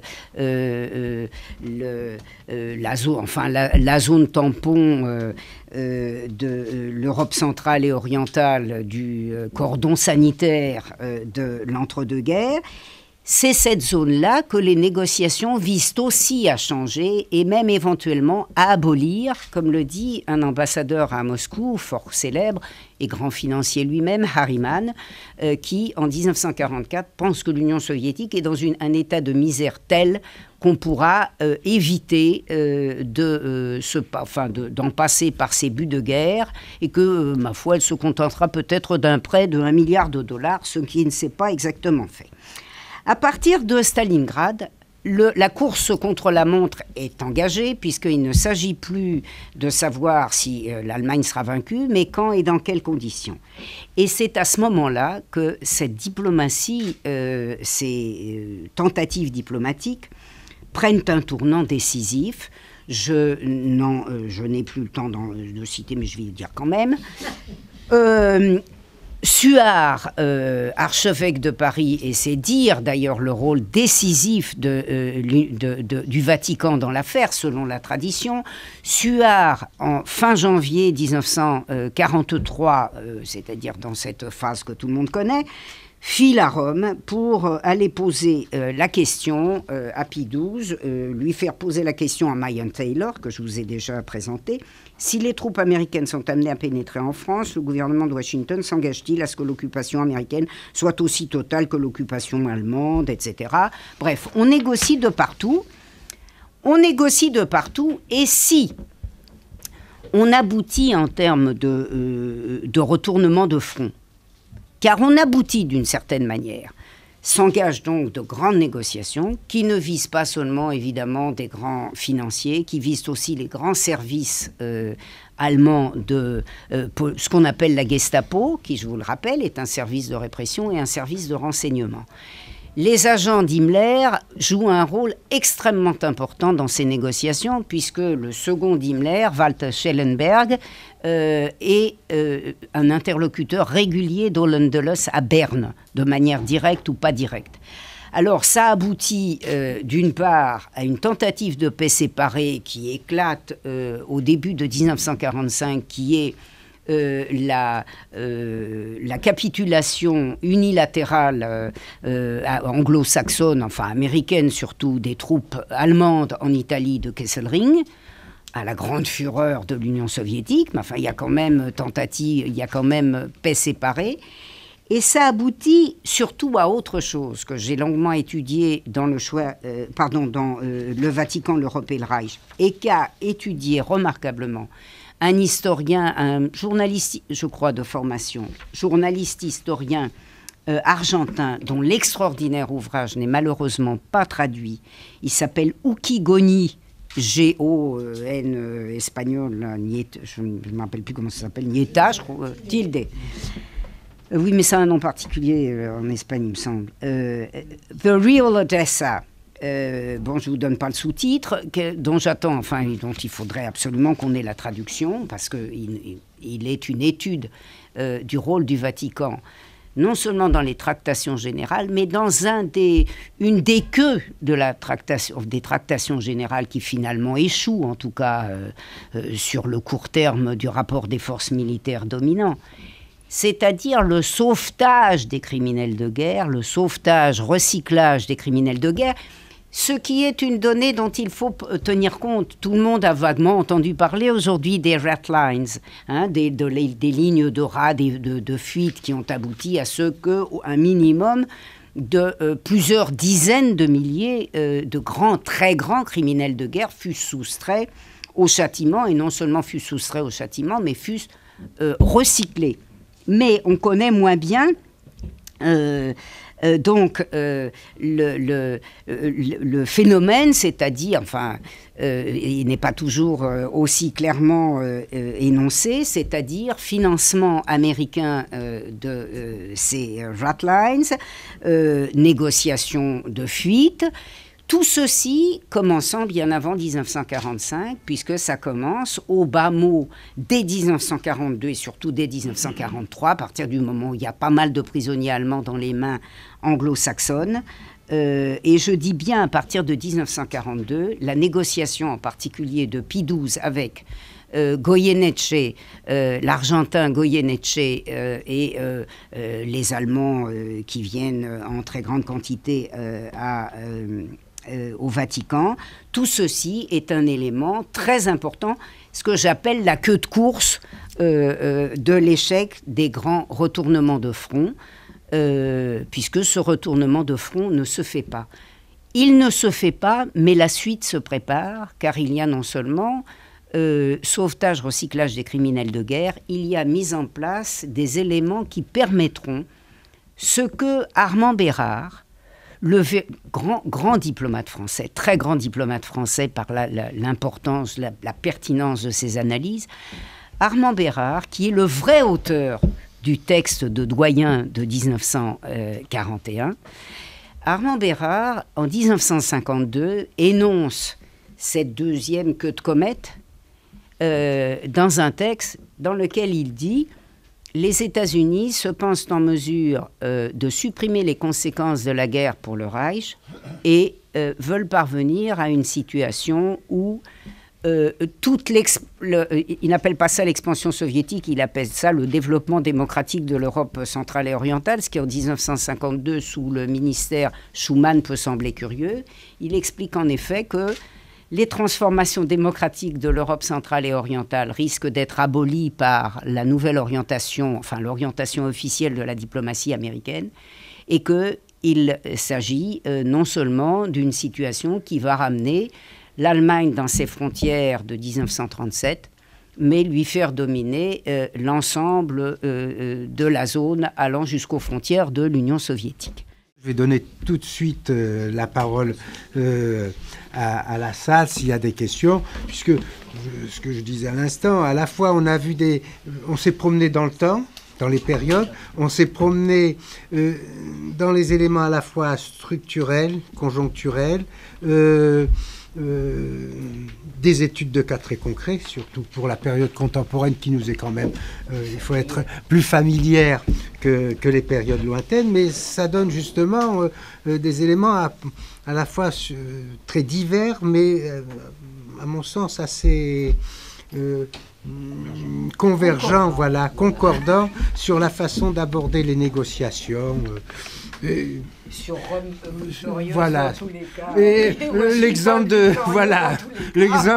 je serais tenté de dire que la marge de négociation parfois me semble extrêmement restreinte, disons. Voilà.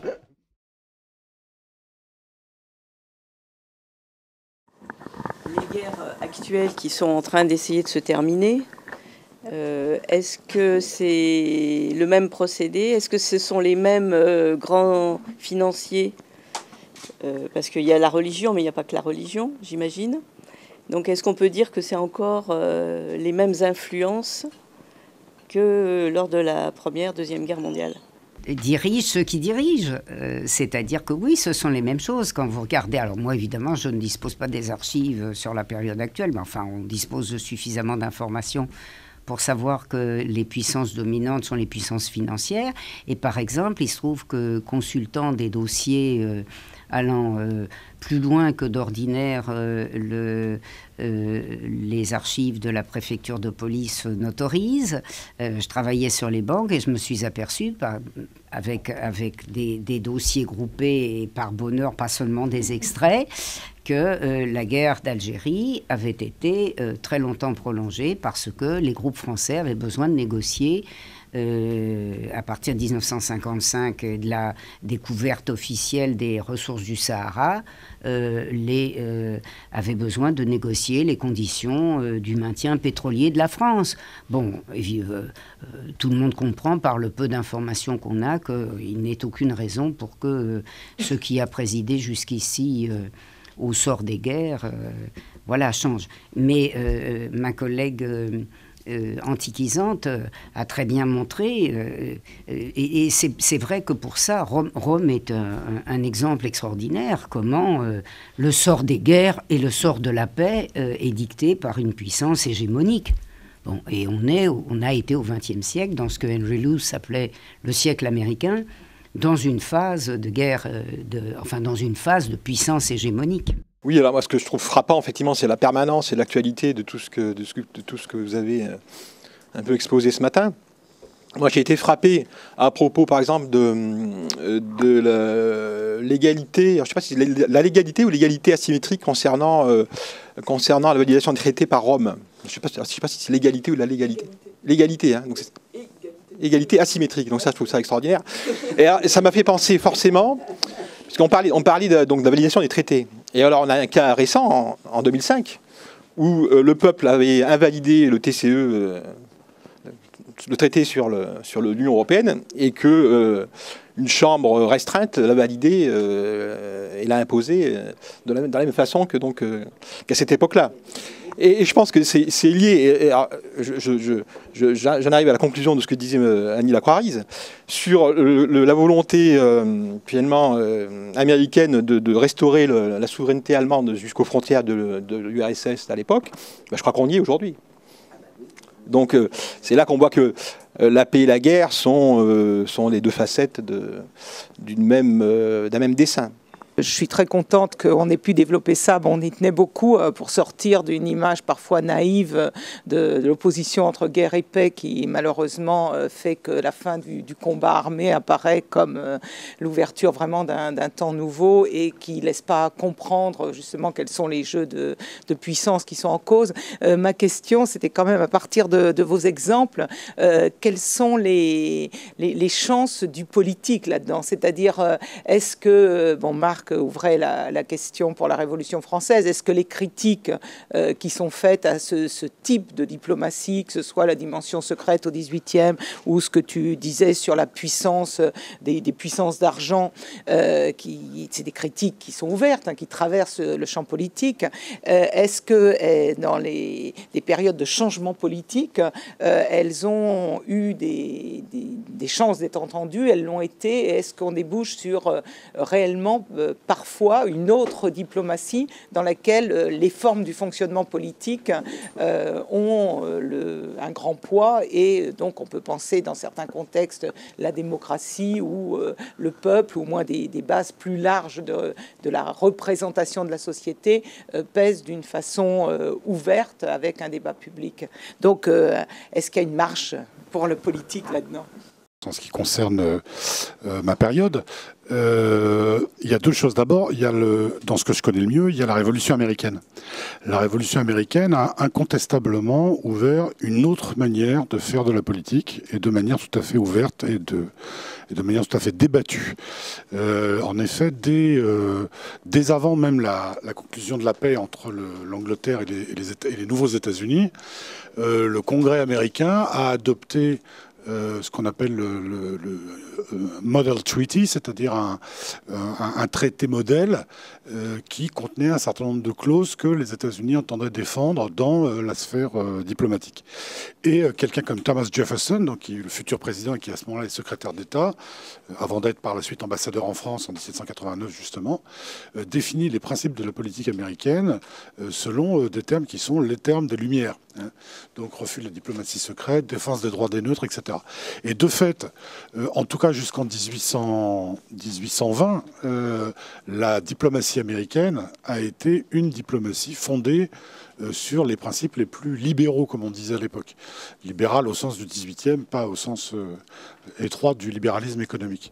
Donc de fait, il y a eu un vrai débat politique, un vrai débat partisan sur la question de la diplomatie, en particulier à partir du moment où la France entre en guerre contre l'Angleterre en 1793, les États-Unis se sont trouvés face à un choix. Ils étaient alliés théoriques de la France par les traités de 1778, mais ils étaient les partenaires économiques principaux de l'Angleterre. Et donc ils se sont trouvés un choix. Il y a eu un vrai débat. Il faut savoir que l'origine du bipartisme américain, l'origine historique du bipartisme américain, se trouve dans les oppositions diplomatiques entre une ligne anglophile fédéraliste et une ligne francophile républicaine. Donc parce qu'à l'origine, le parti républicain, c'est le parti, entre guillemets, le plus à gauche, ce qui n'est plus évidemment le cas aujourd'hui. Mais à l'origine, dans la Révolution américaine, il y a eu vraiment une autre diplomatie, une autre politique, et qui a été l'enjeu d'un débat public. Dans la Révolution française, ça a été extrêmement fort également, puisque dès 1790, il y a un vrai débat à l'Assemblée constituante sur quelle autre politique. Ça avait commencé déjà un petit peu avant, puisque, par exemple, Mirabeau envoie balader, si vous me permettez l'expression, les dirigeants de la République d'Eugène qui disaient « La Corse est à nous, elle n'est pas à vous, et vous ne pouvez pas y étendre vos lois ». Je vous rappelle que la Corse avait été conquise par les Français. Théoriquement, l'île restait théoriquement sous souveraineté génoise, mais Gênes avait rétrocédé à la France l'exercice de la souveraineté, pas la souveraineté, mais l'exercice de la souveraineté. Et donc Mirabeau intervient et dit nous ne ferons plus la même politique que sous les rois, et les Corses veulent être français, et ce qui à ce moment-là était juste, parce qu'il y avait des manifestations un peu partout en Corse pour demander l'intégration à ce qu'on appelait l'Empire français. Et donc il envoie balader la République de Gênes. Alors ce qui était évidemment facile, envoyer balader la République de Gênes, était un peu plus difficile quand il a fallu se poser la question diplomatique de est-ce qu'on aide les Belges? Parce que oui, il y a eu une révolution belge, vous ne savez peut-être pas, mais il y a une révolution belge en 1789-1790. Est-ce qu'on aide les Belges à devenir indépendants ou pas? Parce que là, il fallait plus scoltiner la République de Gênes, mais l'empereur d'Autriche, enfin l'empereur de Vienne, ce qui était un peu plus compliqué. Néanmoins, il y a eu là aussi débat public, débat politique général, et effectivement, il y a des prises de position des milieux populaires, des sections populaires, en faveur d'une autre diplomatie, et qui aboutit de fait à une vraie diplomatie républicaine au moment après la proclamation de la République, et dans ce qu'il est convenu, ce que les historiens appellent, ce que certains historiens appellent la terreur, ce qu'on pourrait appeler plutôt le gouvernement révolutionnaire, la thèse très récente de Virginie Martin à Paris 1, qui va être publiée, je pense, bientôt, elle fait une très très belle thèse où elle a montré justement comment se construit une véritable diplomatie républicaine dans ce qu'on pourrait appeler la terreur, entre guillemets. C'est-à-dire que c'est pendant la période soi-disant de terreur que se construit une diplomatie républicaine, ce qui est tout à fait intéressant. En ce qui concerne la période antique, j'aurais du mal à répondre à la question, enfin du moins ça a plutôt un malaise à répondre à cette question, parce que si d'autres solutions ont été envisagées, alors non pas que telles, parce qu'à Rome, on est dans une culture aussi très traditionnaliste, et on a du mal à envisager d'autres modèles, d'autres formes. Voilà, exactement. Et c'est ce qu'ont essayé de proposer justement ceux que je mentionnais tout à l'heure, les populares, ceux qui sont peut-être représentent le mieux le courant démocrate, sauf que ce sont ces populares qui ont amené César et qui ont amené le Principat aussi. Donc s'il y a eu peut-être velléité cette velléité a été totalement détournée au profit d'un pouvoir monarchique et absolu. Et ce qui est gênant aussi, c'est que la période de paix, la période la plus prospère où la population a pu se développer au mieux est sous le Principat, c'est-à-dire à une époque où le pouvoir est accaparé par un seul. Donc Rome est un exemple difficile pour proposer en tout cas des modèles démocratiques. Si je me tourne davantage vers le monde grec, avec l'exemple athénien qui est souvent pris comme symbole de la démocratie, avec tous les guillemets qu'il faut prendre, parce que ce n'est pas la même démocratie que aujourd'hui, enfin que nos conceptions actuelles, c'est là aussi très problématique. C'est souvent une diplomatie qui est critiquée justement par les Romains, parce que cette diplomatie démocratique est jugée comme une diplomatie qui ne sait pas où elle va, qui n'a pas de ligne directrice, qui change en permanence d'avis, qui du coup prend toujours les mauvaises décisions, qui n'est pas informée, bref, c'est un modèle qui est toujours critiqué dans les sources. Alors les sources littéraires sont écrites généralement par des aristocrates, donc ça oriente légèrement le propos, mais de fait, dans les faits, les choix des Athéniens se sont parfois révélés assez catastrophiques pour eux-mêmes et pour leur cité,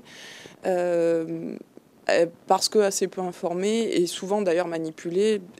Là aussi, il y aurait toute une réflexion à mener sur les vrais enjeux qui ont été... enfin, les vrais intérêts plutôt qui ont été défendus sous les appurances d'une démocratie. On en revient finalement au problème qui a été souligné par les deux autres intervenants, c'est que les classes dirigeantes, qu'elles affectent une position libérale ou pas libérale, sont toujours en dernière instance tout à fait déterminantes.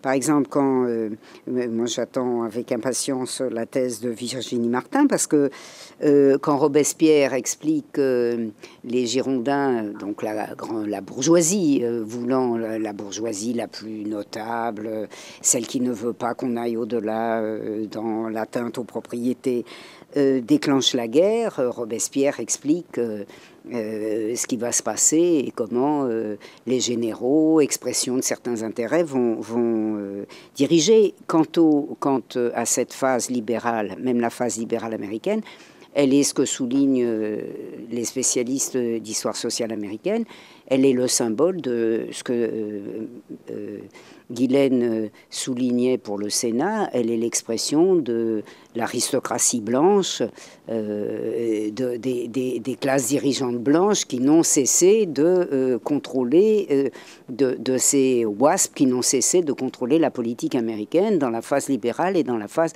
non libérale. Et là, on entre dans le domaine, évidemment, du discours. Alors, je ne dis pas ça du tout pour dire que, puisque c'est la question que nous avait posée Anne, y a-t-il une marge pour le politique ?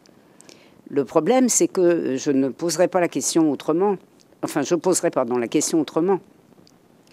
Détermine la politique étrangère qui dirige ? Et le problème est toujours celui de la composition de classe, enfin, de la structure de classe de l'État. Moi, en racontant ce que je raconte, je ne dis pas qu'il faut que les populations se désespèrent en se disant qu'elles n'auront jamais accès au pouvoir. Mais le contenu de la diplomatie ouverte de Wilson n'a pas du tout le contenu de ce que Lénine appelle la diplomatie ouverte. La diplomatie de Wilson est une diplomatie dans laquelle les classes dirigeantes américaines réussissent à obtenir un certain nombre des objectifs qu'elles ne peuvent pas encore obtenir. Qu'est-ce qu'elles veulent ? Elles veulent en particulier le domaine colonial des puissances européennes affaiblies.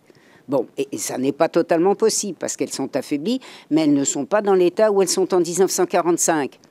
Et ce discours, donc, il faut aussi se méfier du discours.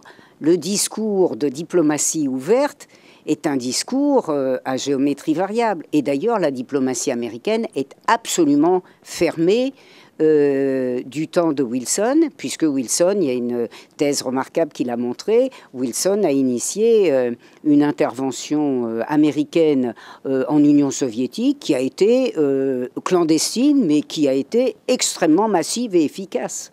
Il y a un vrai clivage entre la diplomatie d'un Jefferson et la diplomatie d'un Adams, par exemple. C'est-à-dire que Autant je suis d'accord avec ce que dit Annie Lacroix sur la question des classes dirigeantes qui dirigent, autant il peut, à l'intérieur des classes dirigeantes, avoir des fractures. Et je pense que même si Wilson se réclamait de Jefferson, Jefferson, c'est quand même celui qui a dit, à un moment donné, il faut que la liberté soit de temps en temps retrempée dans le sang des tyrans, ce qui n'est pas tout à fait le point de vue de Wilson. Et en pleine, entre guillemets, terreur, Jefferson disait j'espère que les Français, malgré toutes les erreurs qu'ils peuvent faire, remporteront la victoire, parce que sinon, la liberté serait perdue. Et donc, il y a quand même chez Jefferson, entre autres, la prise en compte d'une cause révolutionnaire qui va au-delà simplement là, de l'intérêt d'une classe dirigeante blanche, parce que la classe dirigeante aux États-Unis, elle est, en tout cas dans la période qui est la mienne, elle est extrêmement différenciée, extrêmement fractionnée et fracturée. Il y a vraiment des oppositions très très fortes entre fédéralistes et républicains qui se manifestent très concrètement. Hein. C'est est-ce qu'on va aider la France révolutionnaire ou est-ce qu'on va les laisser crever la dalle? Puisque les Anglais pousse les dirigeants américains à ne pas envoyer de blé aux Français. Et Jefferson se bat pour aider la Révolution française. Donc oui, c'est vrai, il y a une classe dirigeante, mais elle peut être aussi, par ailleurs, parcourue de fractures. C'est ça que je veux dire. Réseau d'influence, réseau décisionnaire. Effectivement, ça pose la question. Effectivement, ça a été abordé. Ce personnel diplomatique, premièrement, sa composante, qui sait, sociologiquement et politiquement, c'est également le rapport avec le pouvoir politique. Et là, on retrouve un petit peu la question que Anne a posée, le rapport institutionnel et politique, justement. Dans ton intervention, tu as évoqué des gens comme le Maigre, Dubreuil, etc. Ce sont des... Bon, pour ceux qui sont un peu familiers de l'histoire contemporaine, ce sont des noms connus, ce sont des personnalités importantes, mais qui n'ont jamais eu, au sens critique, des responsabilités politiques. Ça l'attristait beaucoup. Ça l'attristait beaucoup, mais comment ça s'articule avec, pour aller vite, l'appareil d'État et ceux qui finalement décident en dernière instance, hein, voilà. C'est un peu, on est cœur de ce problème, et je pense que le problème, avec la diversité que soulignait Marc Mélissa aussi, se pose un petit peu à toutes les périodes, sous des formes différentes, parce que les formes politiques sont diverses. Effectivement, c'est compliqué quand on parle de la diplomatie américaine, en tout cas au début. Je dis bien la période d'indépendance et suite, parce qu'elle se complique non seulement anglais-français, mais fédéral État-membre, et d'une autre puissance que en général ignorée, qui est celle des puissances indiennes, avec lesquelles les États-Unis signent des traités internationaux, et qui donc servent à jouer là, la diplomatie internationale. C'est-à-dire tantôt avec les Anglais, tantôt avec les Français, tantôt avec tel État membre, tantôt avec tel autre État membre, on signe avec telle nation ou telle nation ou telle nation. Et ça a beaucoup changé les choses sur le terrain pour savoir qui aurait la terre, si c'était les États ou si c'était le fédéral, si c'était les alliés des Anglais, si c'était les alliés des Français. Et finalement, le but, c'était que ce soit le fédéral, que soient jetés les Anglais, les Français, les Indiens, et certains États membres soient soumis à la suite de ça au fédéral de façon claire. Ce qui a effectivement été le problème jusqu'à la guerre de sécession, qu'on appelle aussi là-bas une guerre civile quand même. Juste une petite question pour Annie Lacroix-Riz. J'ai sauté un moment un maillon dans votre argumentation, enfin il me semble, parce qu'au départ et à la fin, vous parlez de l'influence du Vatican. Au tout début, puis à tout à la fin. Et toute votre démonstration tourne autour de la synergie de la grande bourgeoisie. Et finalement, alors, je vois pas bien quel lien vous faites entre Vatican, grande bourgeoisie, synarchie. Quand Suard vient négocier pour la France, il vient négocier dans le cadre d'une négociation où le Vatican est partie prenante. C'est-à-dire que le Vatican joue sans arrêt ce rôle. Le Vatican, je ne l'ai pas dit, j'ai dit il y a des lieux divers, j'ai parlé de Madrid, Lisbonne, etc. J'aurais bien sûr dire le Vatican, parce qu'il y a en particulier... évidemment, ouvertement, les puissances anglo-saxonnes sont en conflit avec le Vatican, qui, à partir de 1943, passe son temps à demander que l'Allemagne ne soit pas victime d'une capitulation sans condition, qui est le sort officiellement promis à l'Allemagne. Mais dans la diplomatie pas ouverte, qui est régnante, il se passe de très grandes réorganisations, puisque le Vatican alors que von Bergen était un ambassadeur fort satisfaisant, puisqu'il était l'ambassadeur du Reich, était en poste depuis 1920 au Vatican.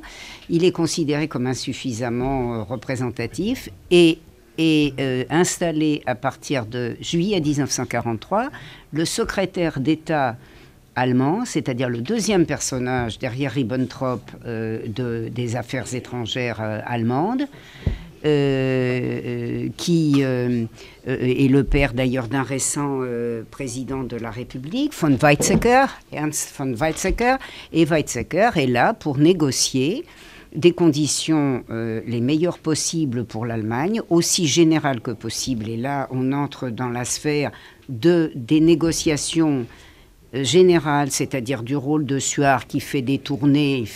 Suard fait en 1943 une tournée, non pas seulement pour sauver la mise de la grande bourgeoisie française, encore qu'il n'y ait plus beaucoup d'inquiétude pour elle, mais il fait une tournée générale en Europe, notamment jusqu'en Europe centrale, orientale, jusqu'en Afrique même. Donc, le Vatican est partie prenante. On peut m'expliquer d'ailleurs que Suard est aussi... j'ai dit Suard, j'ai dit une bêtise. J'ai voulu dire le cardinal archevêque de New York, c'est-à-dire Spellman. Spellman est envoyé par le Vatican, mais il est au moins aussi envoyé par les États-Unis faire toute une série de tournées. Et le personnage même de Spellman, qui est un personnage essentiel depuis les années 1920, montre l'articulation entre la politique des États-Unis et la politique du Vatican, c'est-à-dire ce que Pacelli appelle la planche de salut.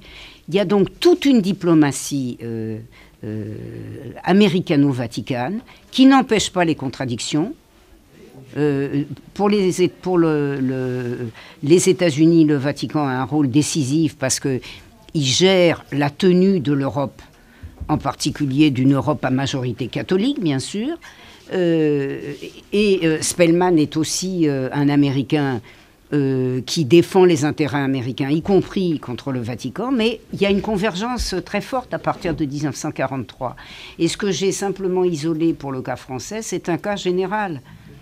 Autrement dit, von Weizsäcker négocie avec les Américains, il obtient par exemple, c'est ce que j'ai dit tout à l'heure, à défaut de véritable retournement des fronts, qui a été discuté sans arrêt de 1942 à 1944, sans arrêt.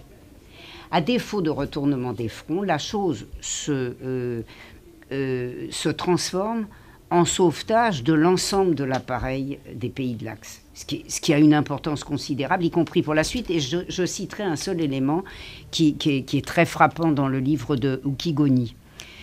C'est le sauvetage d'un des grands criminels de guerre, puisque c'est Barbie.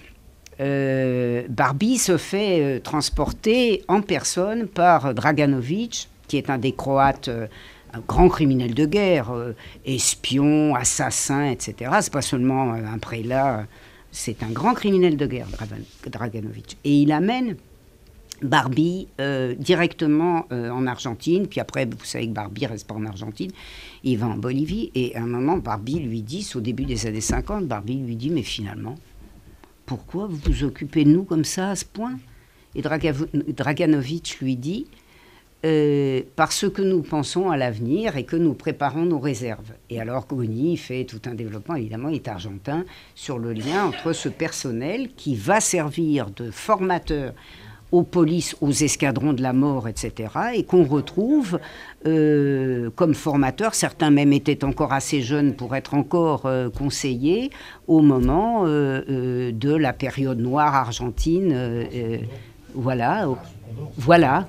Et c'est vrai que je vous recommande vivement la lecture, parce que je travaille sur les fonds 3W en ce moment, et je viens de trouver dans les fonds allemands, qu'on appelle les fonds des archives de Berlin, un dossier sur Goyeneche, qui est une vedette du livre de Goni, et avec confirmation de la correspondance allemande sur le rôle de Goyeneche, diplomate argentin, qui est le cœur, enfin qui est un des fondateurs avec Pacelli de ce qu'on appelle la filière argentine. Et la filière argentine, c'est des dizaines de milliers de criminels de guerre qui ont été sauvés. Vous voyez, donc je trouve que ce qui est des dizaines de milliers, il y a eu 30 000 rien que de Croates. 30 000 Croates. Mais c'est intéressant de savoir que les ratlines sont une queue de comète, finalement. Comme le retournement des fronts est impossible pour des raisons que tout le monde imagine. Vous imaginez les peuples en 1944 à qui on aurait dit « bon, écoutez, on recommence avec les soviets », ce n'est pas possible en 1944. Mais le sauvetage des criminels de guerre n'est pas du tout un élément anecdotique.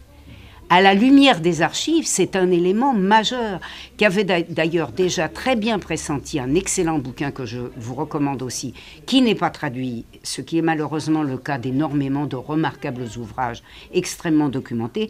C'est le livre de Tom Bauer qui s'appelle « A Pledge Betrayed », un engagement trahi, et qui est l'histoire du sabotage de la dénazification, non pas sous l'effet de la guerre froide, car la guerre froide n'a rien à voir avec la chose, à supposer évidemment que si, sauf si on dit que la guerre froide date de 17, comme disent beaucoup d'Américains, mais le bouquin de Tom Bauer montre que le sabotage systématique de la politique de dénazification et le maintien du statu quo est organisé depuis 1941 par les Anglais et 1941-42 par les Américains. Pourquoi ça s'appelle diplomatie ouverte? Est-ce que par un exemple, on peut me dire pourquoi elle est ouverte? Sous l'Ancien Régime, en tout cas jusqu'à la Révolution française, toute diplomatie est totalement secrète. C'est-à-dire qu'il n'y a aucun document diplomatique qui apparaissent. Après, à partir de la Révolution américaine et de la Révolution française, il y a des tentatives de diplomatie ouverte, c'est-à-dire tout simplement où on publie les textes. Par exemple, c'est un exemple que je vous donne, tu me demandes un exemple. En 1797, les Français négocient avec l'Angleterre à Lille. Eh bien, les négociations sont publiées dans les journaux. Et ça n'arrivait pas sous l'Ancien Régime.